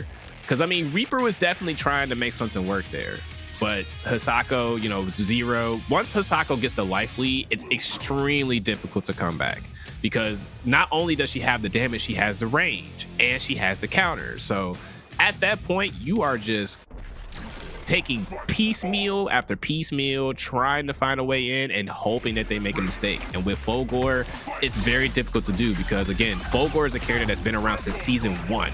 So just about everyone that's worth their salt in this game knows what Fulgore does, how to face them, how to get around them. Like right there, you know, Zero knew, like Zero had the wherewithal to see through that counter break opportunity, because again, like what is Fulgore gonna do? Like, you don't have any meter, you just spent it. Like, what you gonna do? You hit me for 15%? You know, like, like you need a big read to get anything. So I'm just gonna wait. And this is very true. And right now, like, Zero has been on top of some of these shadow counter attempts here, and he is building off the easy damage with that. But right now, here we go. Like, this is what I'm noticing right now. See, this is how Grim wants to play here. He doesn't want to be too crazy, be inside the pocket against someone like Hisako, who disrespects. Because look at this stuff. This instinct, these are all counter hits. This is why the staggers are happening, because these are all counter hits. Now, all her normals of her staff will become counter hits, as well as her ores as well. So that's where the break attempts become very, very, very, very difficult to try to break afterwards. And Grim wants no part of that. Yeah, and something that I liked that I saw from Reaper just now, they jumped the command grab, but they didn't go for the hit because of the distance, right? And they didn't want to risk getting parried, because there might have been just enough time for Zero to land a parry on that note, right? And here you go, as you can see, right, the piecemeal strategy is working. Like you said, we're not going too crazy. We're taking our time, and we're playing very, very slow, because at any given moment, Hisako could just turn up on you, and immediately you just lost 60%. Yeah, but we're about to see that happen with Zero, because he just fell for the counter break attempt there, and that is crucial damage for Grim, as he got the 52% here. And this is funny, as I said that he was playing more defensively sound, I don't know if anybody else was catching this. This man has been doing shimmies again. He has been doing his forward backdash shimmies with Fulgore. And has been catching Zero with it. As the opener. So Grim, that's the stuff that catches me off guard also. So Grim is utilizing that to his full potential there. Like crazy stuff from Grim to bring this back in his favor. So tying it up 1-1. Yep, absolutely. And again, speaking to that grit, right? You know, we've been seeing this all day long. Regardless of the outcome of any of these games, it is still anybody's game. You saw it with Grandpappy Chris. You saw it with WolfSlayerNinja. You are seeing it right here in front of your screens with Grimothy Reaper and Absolute Zero. Like, Reaper is definitely like making some strong adjustments here, because Hisako is a character that wants to push the pace. She wants to scramble. She wants you to essentially panic, right? So that's good stuff there from Reaper, you know, just kind of playing the lame game here. He tried to do it again. See, he forward dashed and back dashed, and Zero caught that, because he is not trying to let Grim get away with that, essentially, because even though he's like trying to shimmy you, this and that, it's not real pressure really. So if you are seeing your opponent do that over and over again, you can just check him real quick. And it worked in his favor because now he's gonna get the free damage here and he's gonna take this first life bar. Yeah, like Reaper has been using that heavy laser like very generously, right? The double hitting laser. So you know, definitely trying to get something started here. Gets the overhead. Very smart choice there because they haven't done it in quite a while. So the one thing that what I like that Grim is also utilizing too, because he does have the meter for it too. Folks, you don't know. Yeah, that was a really good cancel there. See that, and that's what I was about to touch on too. Folks, if you don't know, with Fulgore, as he builds the meter up, he is able to special cancel utilizing those pips. So it's essentially called pip canceling. So he can do fireball, and he can special cancel into blade dash off a projectile, and vice versa for any other move that he is in his repertoire essentially. So he is utilizing that in the neutral to try to like throw a laser, and then he'll cancel laser blade dash to try to bait out the parry or shadow counter attempt from zero. So really good stuff from Grim right now. Oh my God, Aphex. That Reaper is cooking right now. That was an insane sequence. Heavy laser backdash, heavy laser instant cancel into heavy laser teleport to avoid any approach there from zero. That was so smart. Chef's kiss. Reaper takes game number 3. That is insane. 2-1. Yeah, he's already. Yeah, look at this stuff. Like this is what he is. This is a prime example of a player utilizing their resources to its full potential, because this is where Fulgore can shine. Fulgore has been given the axe so many times with every patch. They have nerfed this character a lot over the years. He's probably the one of the character who's suffered the most. I think I don't remember if he was the one that had like 2 pages worth of nerfs at one point, because they literally touched everything. This character was a war, bro. We not about to do that. Fulgore, oh my gosh. Jago and Fulgore, Jago, Sabrewulf dog in the early days were absolutely insane. Like Jago over here, low crushing from full screen, projectile hit vulnerability. It was insane back in the day with those pages, with bro. One of the most unreactable forward dashes in fighting game history. And Fulgore is a literal murder bot just doing whatever with the pip cancel, Joe. Like, this is insane. And had like crazy frame data. Like, yeah, he was a character that got hit the most. But even with the nerfs, we're seeing Grim utilize Fulgore, I feel like, to his full potential, because he is utilizing great resource management. He's using his resources very well too by canceling, and and to create up a lot of these whiff punishable setups here. So, but right now he's got his back to the corner as I say that. I think I got like Commentators curse here. I am so sorry. I look up and I just see Grim is dying. Like, oh no. Yeah, this kind of happens, right? But again, very, very doable for Reaper here. Absolute Zero does have Shadow Meter, so they got to be very careful. I'm surprised it didn't. Well, they did have a pip there, so they probably didn't want to risk getting pip canceled out of the Shadow counter. Very true. He did it again. He did the forward backdash shimmy.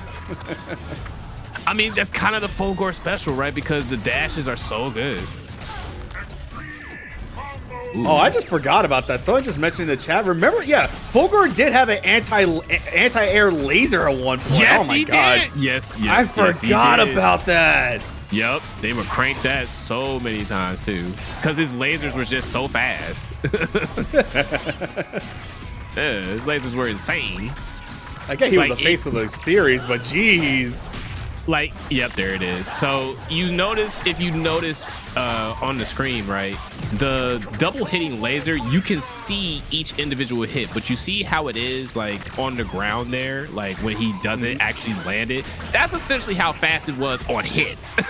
Yep. So imagine trying to like shadow counter it then. It was crazy some of this character, but right now Grim is about to fight for his life here because he is in danger right now. I bet he's wishing he had those buffs again. Oh, they both with the throws. Oh my gosh.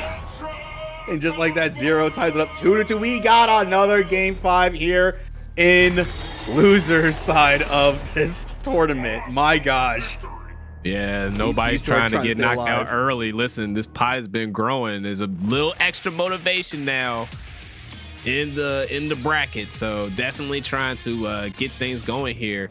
Remember, folks, !Matcherino in the chat. You see these players playing their heart out, going as hard as they can, giving y'all some nice entertainment for this Saturday evening. So definitely make sure you show them some love. !Matcherino.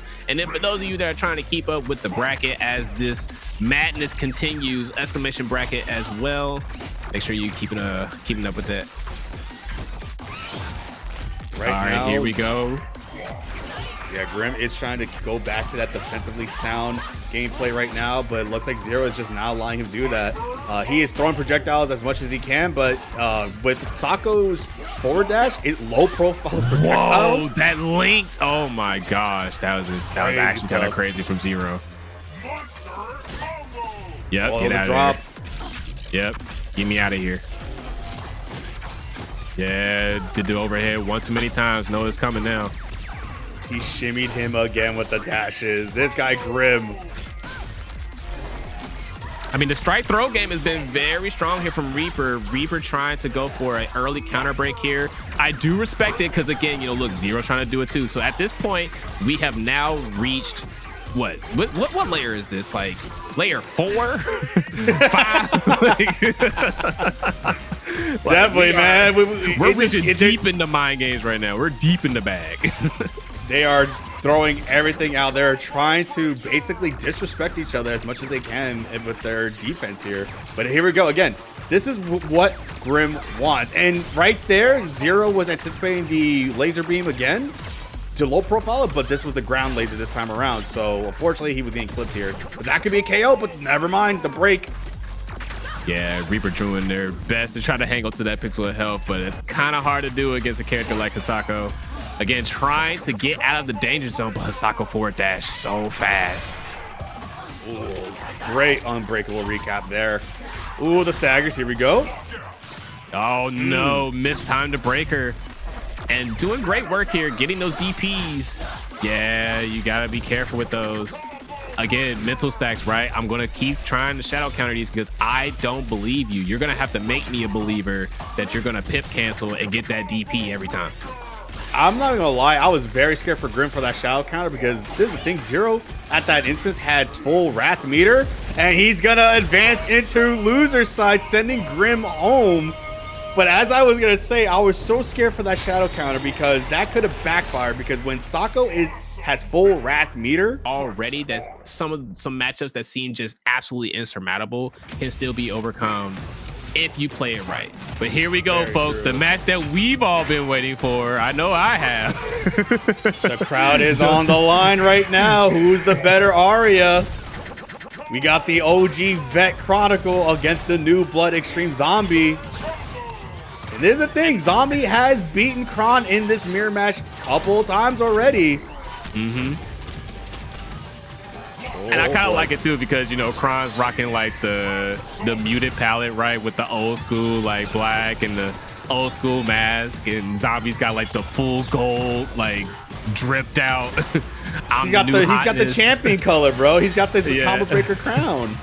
Yeah.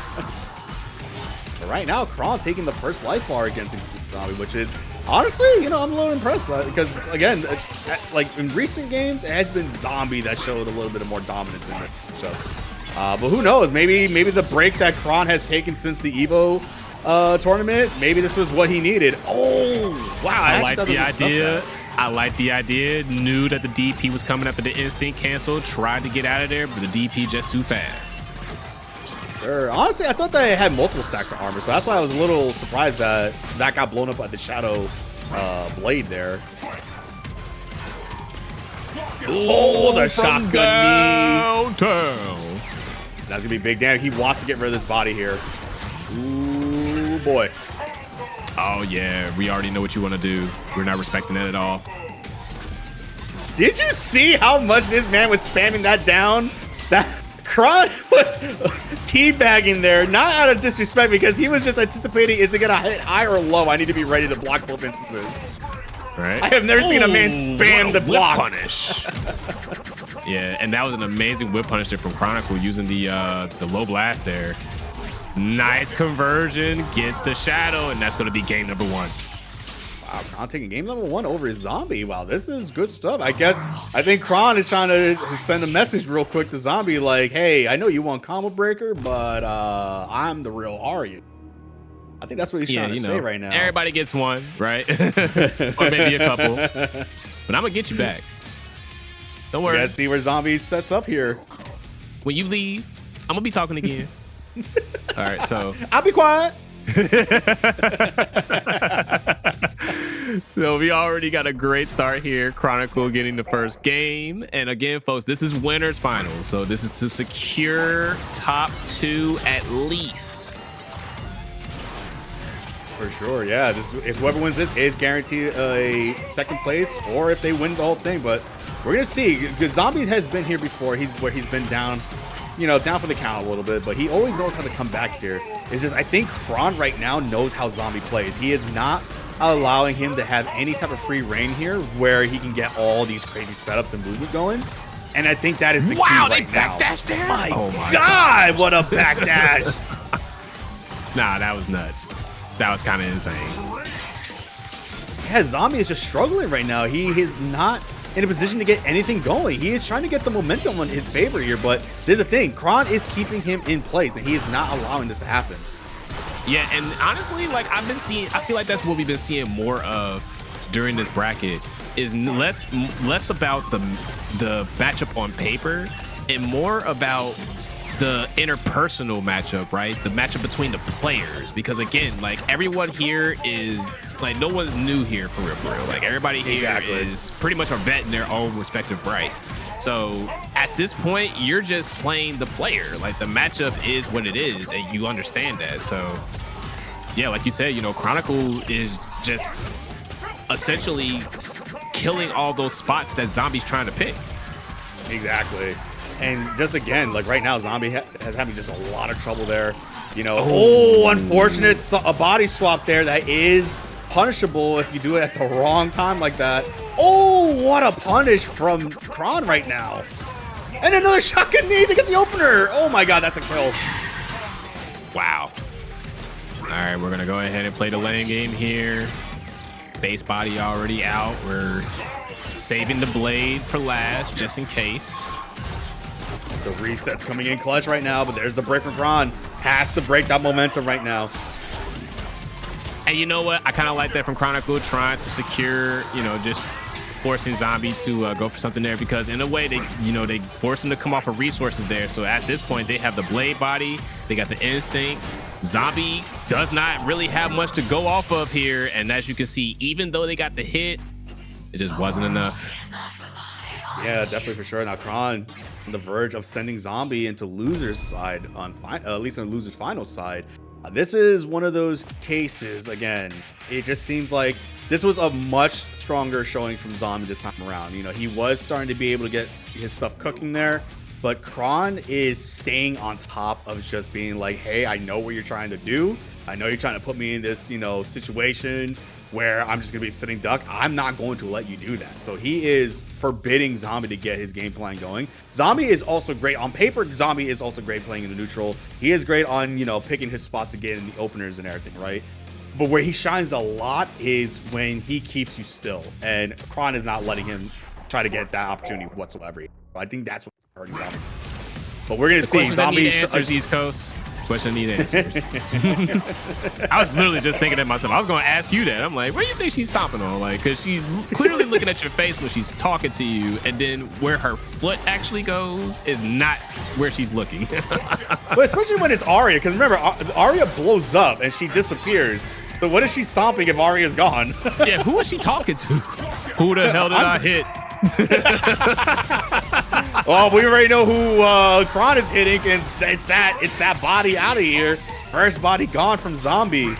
Not a good position right now, but let's see what Zombie's all about, because again, Zombie has been before. He has beaten Kron before. He has been in a position against Kron like this, where he's down 2-0 and comes back. So I believe in Zombie. But down 2-0 and 2 bodies is definitely not a good look for Zombie right now, as Chronicle is looking to make a statement. My lord. Zombie's not allowing that right now. They're pretty even right now. You know, this is what like I've noticed what Kron will do when the round transition happens. He will choose to go sit on this body instead, because again, the premise of Aria, she's like a Marvel character, so the blade body tends to be the anchor of everything. It's the high damaging one. It's very fast. It's got some tricky overheads and lows too. So a lot of Aria players want to keep that alive. One of the best assists in the game. That's a freaking DP. That too. It's ridiculous. Hate it. Can't even shout through it. Makes you cry. Oh, great reaction there from Chronicle with punishing the shadow counter attempt. Oh, Zombie. If you got anything left in you, better show it now. Oh, into the ultra from the shotgun knee. Zombie being sent down to losers finals right now, but it's okay. Like I said, Zombie has been here before. I believe in Zombie. I know he's got that grit in him. We thought that match against the Maya was all but over. Like that match was pretty insane there between him and FrodoTbagginzz. So at this point, like, what is there left to do? He's got, well, what's left to do is he's got absolute zero to get out of. So that's definitely one thing left here. He's got to get absolute zero out of here so that he could go against essentially his training partners, Extreme Zombie. I know those two train a lot together, and it definitely shows. WolfSlayerNinja definitely became a lot more prolific over the years with the help of Zombie as well. So it's nice to see that, training partners happen. You love to see it here. But right now, Zero trying to bring back into his favorite here. He's a little bit down in life. WolfSlayer just not trying to let Zero get any type of momentum here, but doesn't seem to work, unfortunately. Well, if you need a little extra motivation, just look in that top right corner of the screen, as we are now sitting at 205 for the Matcherino. Thank you so much for the donations. Ichigeki with the $10 donation, and Iffy with the $5 donation. Appreciate y'all. Love y'all. This is amazing. Definitely want to make sure that we're putting on for these players here, of course, as we are seeing WolfSlayerNinja show us what they are about. They said they was gonna make it to grand finals. They called it. True. They called that. This is true. We're gonna see. He's got a target on Kron's head, bro. Like, they want Kron specifically in the grand finals, and then Chronicle fulfilled his end of the bargain. He made it to winners, so we're gonna see who the loser is gonna be. Right now, WolfSlayerNinja, he's still got a good life lead here, and he's been on point with his breaks too. Just like right now, Zero's instinct meter gone now, so he's just sitting on a prayer essentially, and 2 shadow bars too to help him out here, which he can do it. Hisako is able to pump out some big damage to that command grab ender, but right now he's got a pretty big hill to climb. What's that song from that Stranger Things? Running up that hill, whatever it is, that's what he's got to do right now. I'm gonna need Zero to put that song on to give him some motivation real quick. I can do with God. Yes. Oh my gosh. Oh no, but it whipped. No, that's so unfortunate. I think what he was trying to do, what he was trying to do? I think he was trying to do the unbreakable version of that shadow move, because it will only hit like once or twice from a specific distance, but he didn't get it. He was a little too far away. Oh. All right, here we go. And the pot continues to grow. Haitian Prince with the $5 donation. Thank you so much, folks. The Matcherino's still going. I mean, it's still live. So again, no limits here.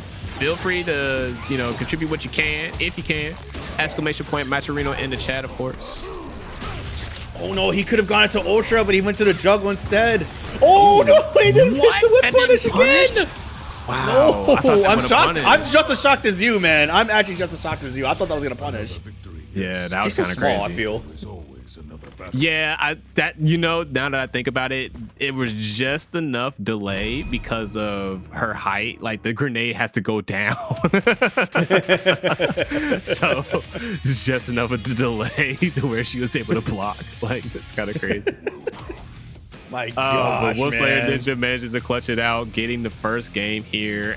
Already a barn burner, easily could have went either way, but here we go, getting it started with game number 2. WolfSlayerNinja doing a great job here of just, again, playing the range game. You know, this is actually something that could cause a bit of a problem for Hisako, because she's the one used to being able to chase you down, right, and to keep you in those awkward spaces that you can't really challenge her. So having a character like Arbiter who can take advantage of this, as you can see, definitely makes things interesting. Very true right now. And this is the thing, like, what I like that WolfSlayer is doing, he's throwing in a lot of like high-low situations here. You know, with Arbiter, he can do that. You know, he's got some, you know, overhead specials. He also has a standing special. I think it's like standing heavy punch, where he literally just dumps you with his carbine rifle as an overhead. So he's got a lot of great high-low situations, and he has caught Zero. He basically scalped him numerous times here, and it's working so much, which says a lot, because I don't like fighting Hisako up close like this. Oh, that was a good idea, using the instinct cancel there to give himself a chance to get out of the mix-up. Yes, sir.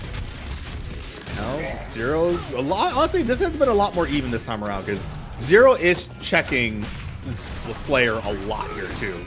You know, like, even though Slayer is trying to, you know, pretty much pick his buttons a little bit better here, Zero is playing patient enough to just counteract some stuff here and just find some openings here. Yeah, and that's the beautiful thing about Hisako, right? They can go either way. They can be aggressive or passive. So, you know, Zero understanding their options, like you said, you know, just trying to take their time, but gets caught with their hand in the cookie jar, trying to dash up a little too close. WolfSlayerNinja taking that first round, and that was kind of crazy. We ended up going 30 seconds essentially before the first round was even finished. Yes, sir. And right now he's going to even it up by taking the life bar for his own. Both literally starting off the next final round here of this round here on even playing fields. Nice anti-air with the recap. All right, here we go. Getting the party started. Wolf was definitely, he was man. Good anti-air there. Yeah, so right there when he threw a parry out because he was anticipating Zero to throw a low off the wall splat reset. Right now, just good awareness from Zero right here. Oh, unfortunate. Nice, getting the guaranteed damage with the carbine rifle there, making sure that they get something. Ooh, good catch with the throw. Wall splat again. Goes into command throw.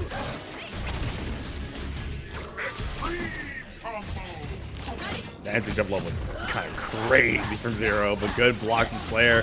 In danger of hitting danger, which he's in right now, but doesn't have the full rave to go into the ultra. Yeah, had to do it. Get off me. Oh, good check, but no conversion. He could get instinct here. He just needs to get touched once so he can go into it. Oh, trying to bait something.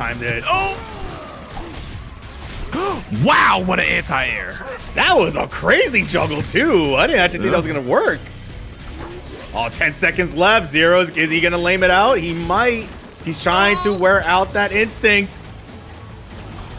Overshield full, almost full. Oh, the light. Yeah. I knew you wanted something big, so I'll just keep it simple. Yeah, that was smart. Very, very smart from Zero. Look how much time there was left, man. There was 4 seconds left. This is the beauty of Killer Instinct. It is a mixed bag it's something for everybody. We've been seeing so many different variations of what could be, right? You have the crazy chaotic, everybody's exploding, there's just stuff happening on the screen. You have all these crazy mix-ups, you have all these crazy comebacks. You also have matches like the last one, right, where it is a very traditional footsies oriented.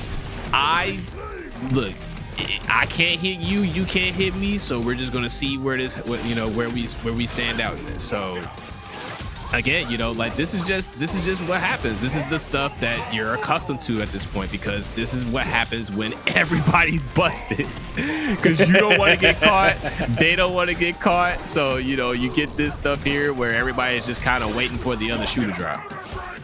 Yeah, right now Zero is getting a lot of openers here with that counter break as well. This is the thing I'm noticing right now going into this matchup is that Slayer, I feel like he's being a little too antsy now. Like where in the first game, he was a lot more calculated, you know, playing very, very simple, playing, you know, very defensive, you know, and just stopping Zero from getting anything going. But here, look, he's like more on the offense, more pressing here, this and that, and just Zero was capitalizing a lot on this.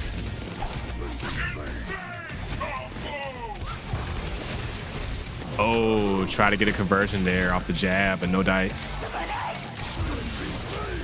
Yeah. Oh, yeah. What an interaction there. What the heck? Yeah, that was a great read there from WolfSlayerNinja. They knew that Zero wanted to get something started. So regardless of whether they got it or not, they were going to go ahead and let that plasma grenade rip just to disrupt the pacing. But Zero doing a great job of maintaining that corner pressure. Oh, get stuffed with the nice meaty there. Is there gonna be a break? No break. Wow. Interesting, right? Like That's he's crazy. getting all this free damage. Okay. Nice conversion there. Wow, a heavy break. Oh man. He'll bring this back. He does have instinct on standby right now, and he could get overshield. Oh, yep. If you see her crawling, it's too late. That command grab, that shadow command grab is fast. Very, very fast. Good air-to-air too from WolfSlayer right now. Catches the carbine. What is it? Oh, wait, it blew up. Yeah, try to go for a manual there with the plasma grenade, but it's decided to clock out early. I don't know. Yeah, you saw that, right? That only happens if it you know goes off screen. Oh, what? That's possible? Dirty. That was dirty. Well, yeah, because I mean, it's not a projectile, you know, it's a burst, but it's a physical hit, right? It's a physical burst? Is it? That explains why it hits me on Shadow Rank. You know what? Yeah, I gotta. Again, this is what I was saying. People keep finding stuff. People keep finding stuff. So that is physical. Yeah, we're getting confirmation. Yeah, that is physical. Wow. I always assume, wow, all these years I've been thinking that was a projectile. Every time I try Shadow Ram it, what is wrong with me? Well, now I know. What? My lord, that I'm not gonna lie, that dud of a grenade, I'm still kind of like, don't hop. The plasma hit his 40 hours. It was done. Yep. Plasma grenade said, "Oh, I'm not important, huh? Watch this." Oh, you think you can just throw me out like candy, huh? You overworking me, boss. I gotta go. Yeah. That is so unfortunate. I got PTO. No, I can't come in today. But right now, Zero is going in. Is he going to ruin WolfSlayer's attempt at getting Kron back? And like, this is just such the toughest thing about Hisako, because again, right, she is a very strong grappler style character, a grappler with range. So the moment they have a read, it's kind of hard to get around it, because like she has so many different ways to cover your angles. It's kind of scary, you know. It's very scary. Like, it's one of those things. Like, someone in the chat said it earlier, and they put it the best way. And I wholeheartedly agree with this comparison. She is literally Makoto with a stick. Yeah. Like, see right here, the shadow command grab is paying dividends right now. Zero understanding that Ninja will rather block than deal with any of the potential counter hit scenarios. So they're just gonna burn the bar, you know, just like, why not? It's free damage.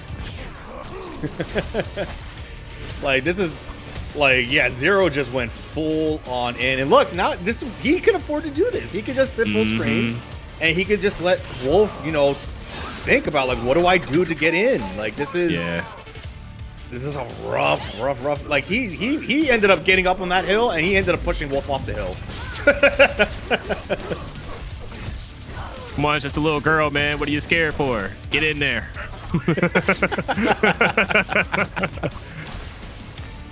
The ghost girl, the walk man. back is so spooky, right? She's just like, she's got the neck cocked to the side, like, I see you. Oh my goodness. These characters, bro.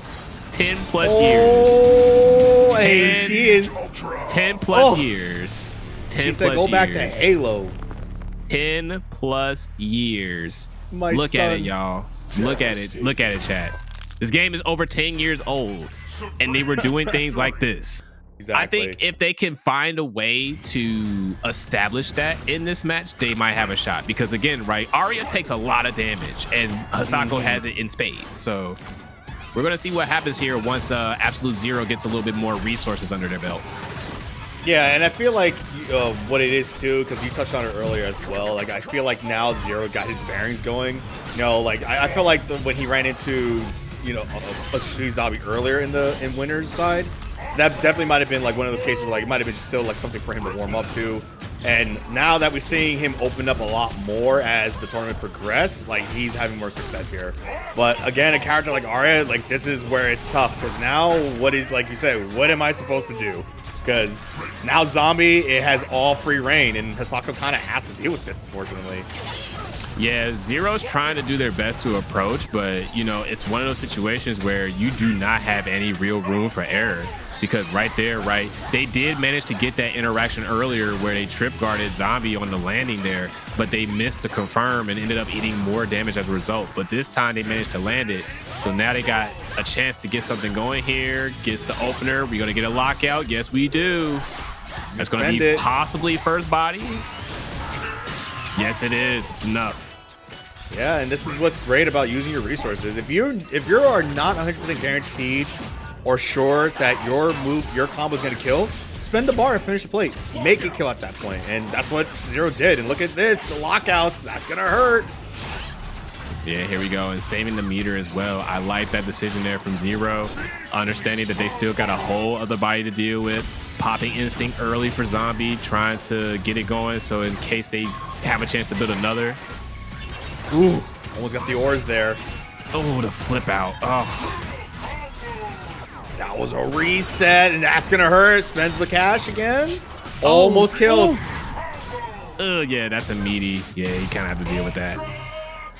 Kind of unfortunate. And literally, Zero was just one hit away from getting Instinct, but unfortunately, it costed him because one hit, he was dead.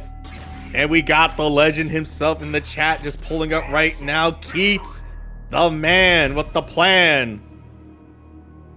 Good stuff seeing you, Keats. Yep. So here we go. Just getting it started with the next game. I mean, Zero definitely shows signs of life there, right? And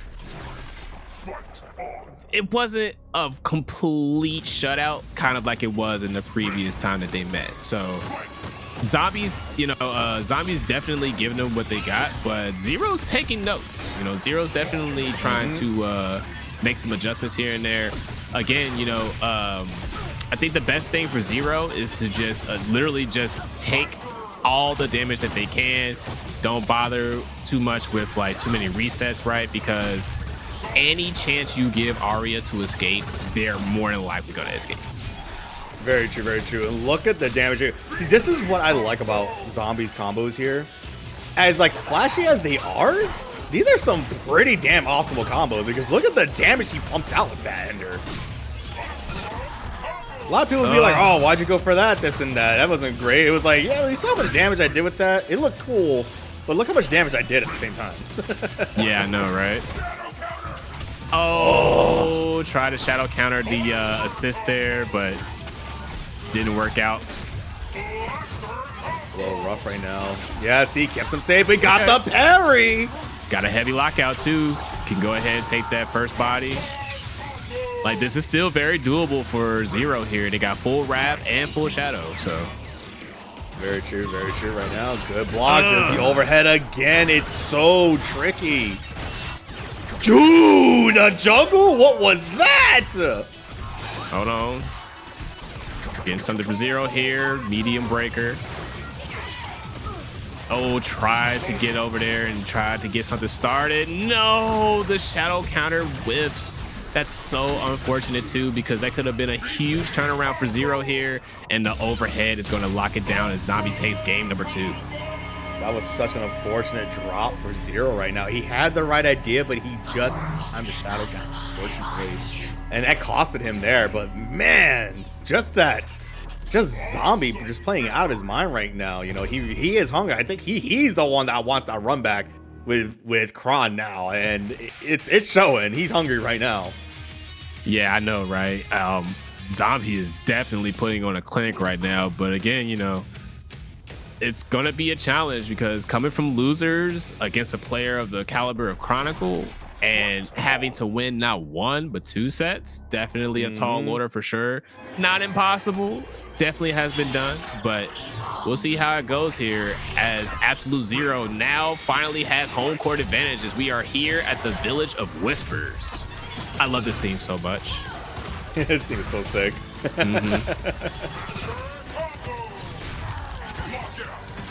Oh, rough start again for Zero. Back in the corner. This has been the theme of this matchup so far. That jump in overhead, and look at the damage here. Level 3, 35%. But the overhead again. This is hurting so much right now. Zombie just putting on a clinic. That whiffed. Oh my god, the double whiff. All right, shadow opener. So what we got here, heavy lockout. Here we go, time to tack it on.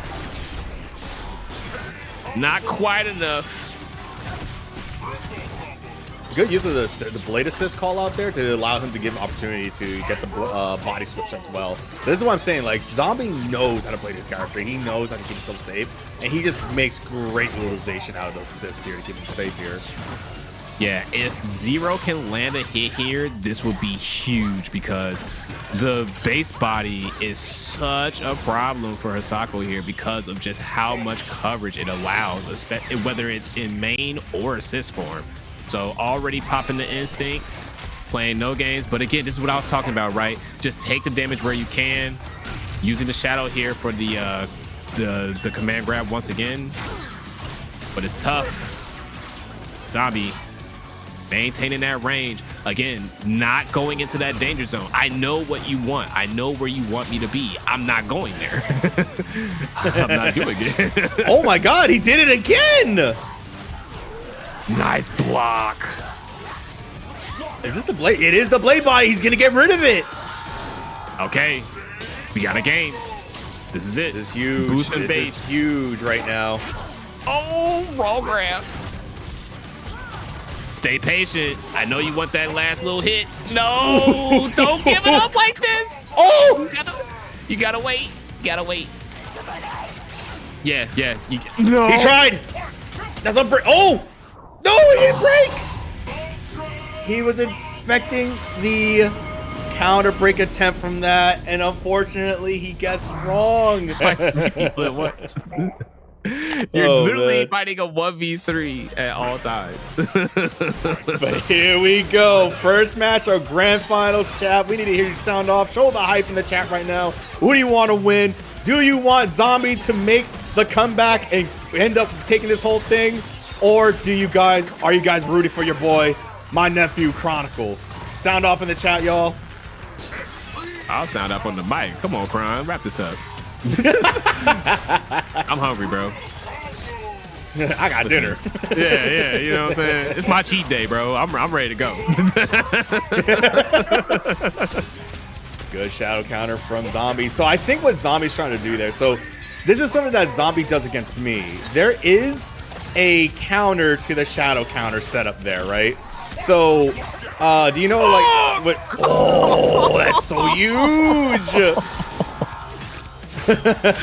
So, Zombie has a counter to the shadow counters off his jump-ins like that. If he can DP as he lands when the shadow counter is active, and it'll stuff the counter hit. It's very like perfect timing though. He's done it to me in the Rash vs Aria setups. It's very interesting though. Yeah. Now, ooh, gets caught in the backdash.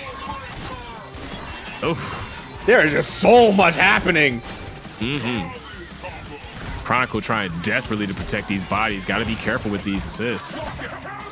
Oh, and another one! Oh my gosh. That might be dead. Yo. Oh my gosh. Chronicle still has 3 bodies too. But 2 of them are literally on a pixel. The next one coming in is on a pixel too. This is pretty bad. He can just even it up here. Ooh, he's chasing it with the grenades. Oh my god. Okay, I'm sorry, wait this a is minute. too much. Blade versus Blade. There's only one.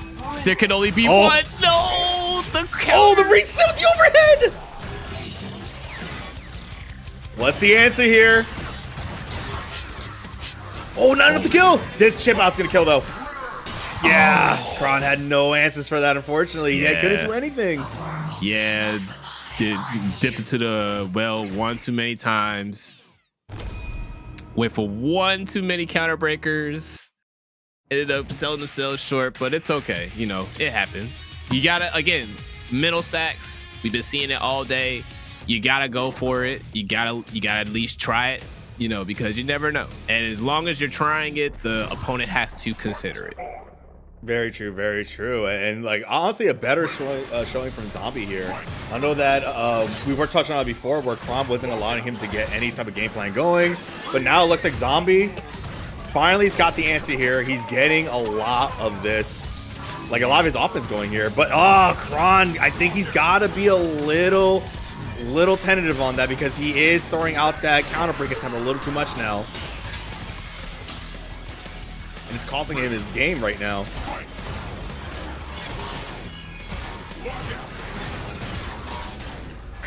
Woo. Cross ups. Roast right now. Oh my god. All right, here we go. Nice break there from Zombie. Try to get something going there with the 4 fierce, but no dice. He DP'd the assist, by the way. Gross. Yeah, right? I mean, you got to do something. Oh, you tried to change it up a little bit, but got caught. Here we go. 2 bodies apiece now. Yeah, that is a very tricky shadow move to hit. Still try to counter break. Honestly, it's very hard. I still have struggles with breaking that. And what an answer! Look at the juggles. Macron was ready with the break. Catches the backdash. Yeah, keep doing it, baby. If it ain't broke, don't fix it. That was just a fluke last game. All right, calling in the instincts. Oh, almost got away. Got over every center zone. Oh, nice backdash. Oh, the shadow counter. That's gonna hurt. Yep. Yeah, kept it short. That's fair. He had to. No shadow counter attempts for any of these two. I don't feel like going to the casino today. Yeah. Oh what my God. a whip punish, and he stuffed the assist too. Oh boy, oh boy. Yeah, here we go again. I've seen this movie somewhere. Oh, come on. Oh my God. The shotgun knee as the answer? My lord, Ron, you maniac. These two are swinging. Yeah. But Zombie's gonna have to be careful here because they got a long road ahead of them. Chronicle now up 2 games to 1. Chronicle only needing to win 1 set. Zombie needing to win 2. Sir, it's gonna be tough here. I know, but these two, like I said, are swinging right now. But Zombie again now that he's more comfortable here. Again, he has the experience against Kron. He has the experience playing even against Alex V in the mirror match. And he's had success against both of them. It's just Kron's playing a whole different game right now, and he's literally bringing out the best out of Zombie this time around. Yeah, absolutely. You know, Kron has been playing out of his mind, but this is essentially what he does when he's locked in. He is constantly just blowing you up. Like it's like he's psychic. I know. Yeah. Did you see that, by the way? Did you see how he used? Oh my God, God. What do you do? Like, you can't this is what I'm saying. It's not even about the matchup anymore. It's about the player. Like, it's exactly. I'm in your head. I am living here absolutely rent free. Yeah, it's crazy because like, oh, I thought that was gonna work. I keep thinking that the armor is enough to blow that up, but I guess not. But like, Kron is just, oh my god, oh, yeah, that was so disgusting. Oh, I almost thought that was gonna whiff. If it did, I would have been so shocked, honestly. Listen. No shout counter from yeah, Kron. Kron's making a lot of mileage there from that crouching fierce there, that crouching roundhouse. I'm surprised that there's no shout counter attempt on that, because like there's no assist being called. So I don't know if this just because they're not just choosing not to do it. Like it's on both players, by the way. That I'm kind of surprised about it. Well, I've been watching, right, and it's more of a case of Zombie already has their mind made up, because if you're looking, Chronicle is really just taking advantage of Zombie being a bit too proactive. So Zombie is trying their hardest to keep Chronicle occupied, but Chronicle is just constantly in their face. Like, they don't even care if they get hit at this point, because they know they're going to get it. So like, see right there, doing a shotgun knee on block as a response to a situation where they didn't really have any clear advantage there. Very true, very true. Yeah. So I actually getting confirmation on the shadow counter attempt. So apparently, even if she shadow counters, it will not punish. Apparently, her shadow counter is not a good option to try to go for. That's very interesting. Ah, it's too slow. Okay, gotcha. Yeah, some characters, have weak shadow counter moves. Uh-oh, this is a problem. Kron's not gonna get instinct here. Yeah, and he's got one pixel meter. There's no meter. Whoa! What a hitbox! Wow. Because they did the grenade flip. So like, oh man, that's crazy, because they did that on purpose to avoid whatever option that Zombie was gonna do on the ground there. But that's kind of insane. All right, folks, we are 2 games 2-1 right now. Woo, no, 2-1. Zombie is on the verge of resetting a bracket here. I could have sworn it was 2-2. Wow. Man, these games have been long. Yo. Zombie woke up, man. He woke up today. All right, here we go. Oh my God, the Fulgore stage. We haven't been on this stage in forever. I love this stage so much. The stage is so cool. I love these stages. Yeah, stage. I know it's kind of rough on the eyes a little bit. I remember back season 1. Oh God, that was when it was.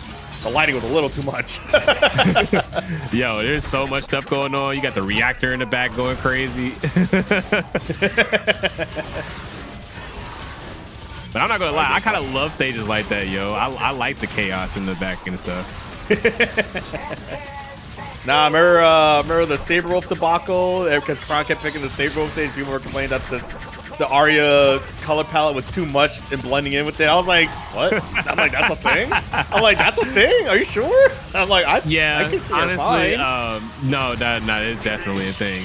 Because Gargos has some similar qualities when you pick the well, no, his was the instinct. So if you picked a particular skin and you popped instinct, it's hard to, like, if you didn't see the flash, right? Like, it's hard to tell that he has it.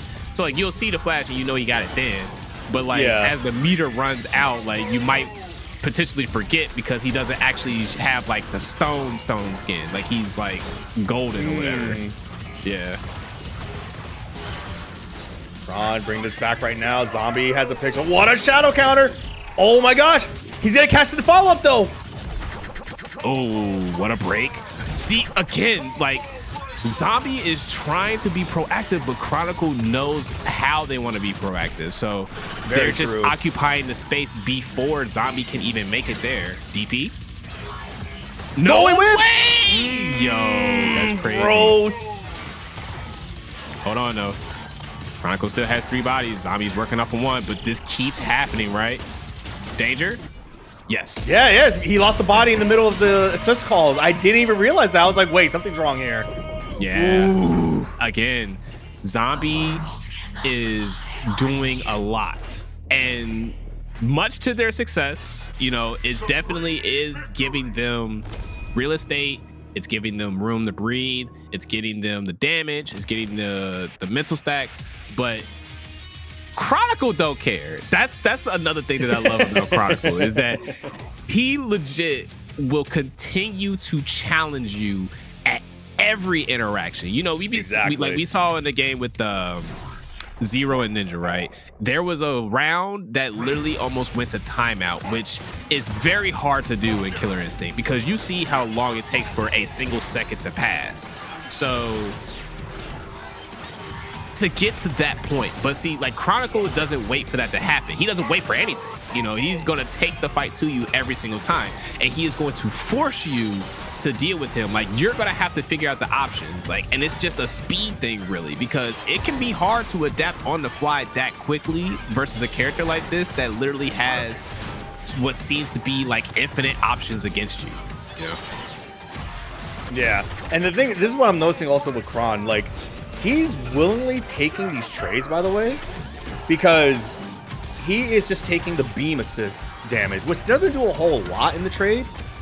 And he's just shotgunning Zombie, which does honestly more damage than just that little beam assist on. And yeah, and Zombie is just eating a lot of, look at the Blade Body. The Blade Body took a lot of damage from the counter hits that Kron was calculating here.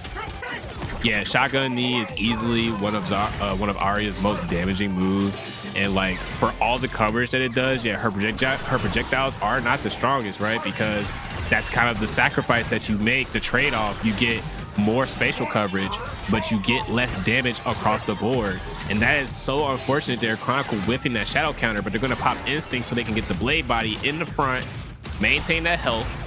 Oh, nice, gets the delay. Yeah, what an answer! Oh, you thought I forgot. No. You thought I forgot. No, no, no. I'm always watching. I am always gonna check your ass. And Chronicle immediately looking to close out the tournament as they get and he does, and they get the ultimate. Oh my gosh, what a way to close out the tournament. Kron beating Zombie 3-2 in grand finals and prevented the bracket reset, thus becoming today's KI winner. My gosh, good stuff to Chronicle.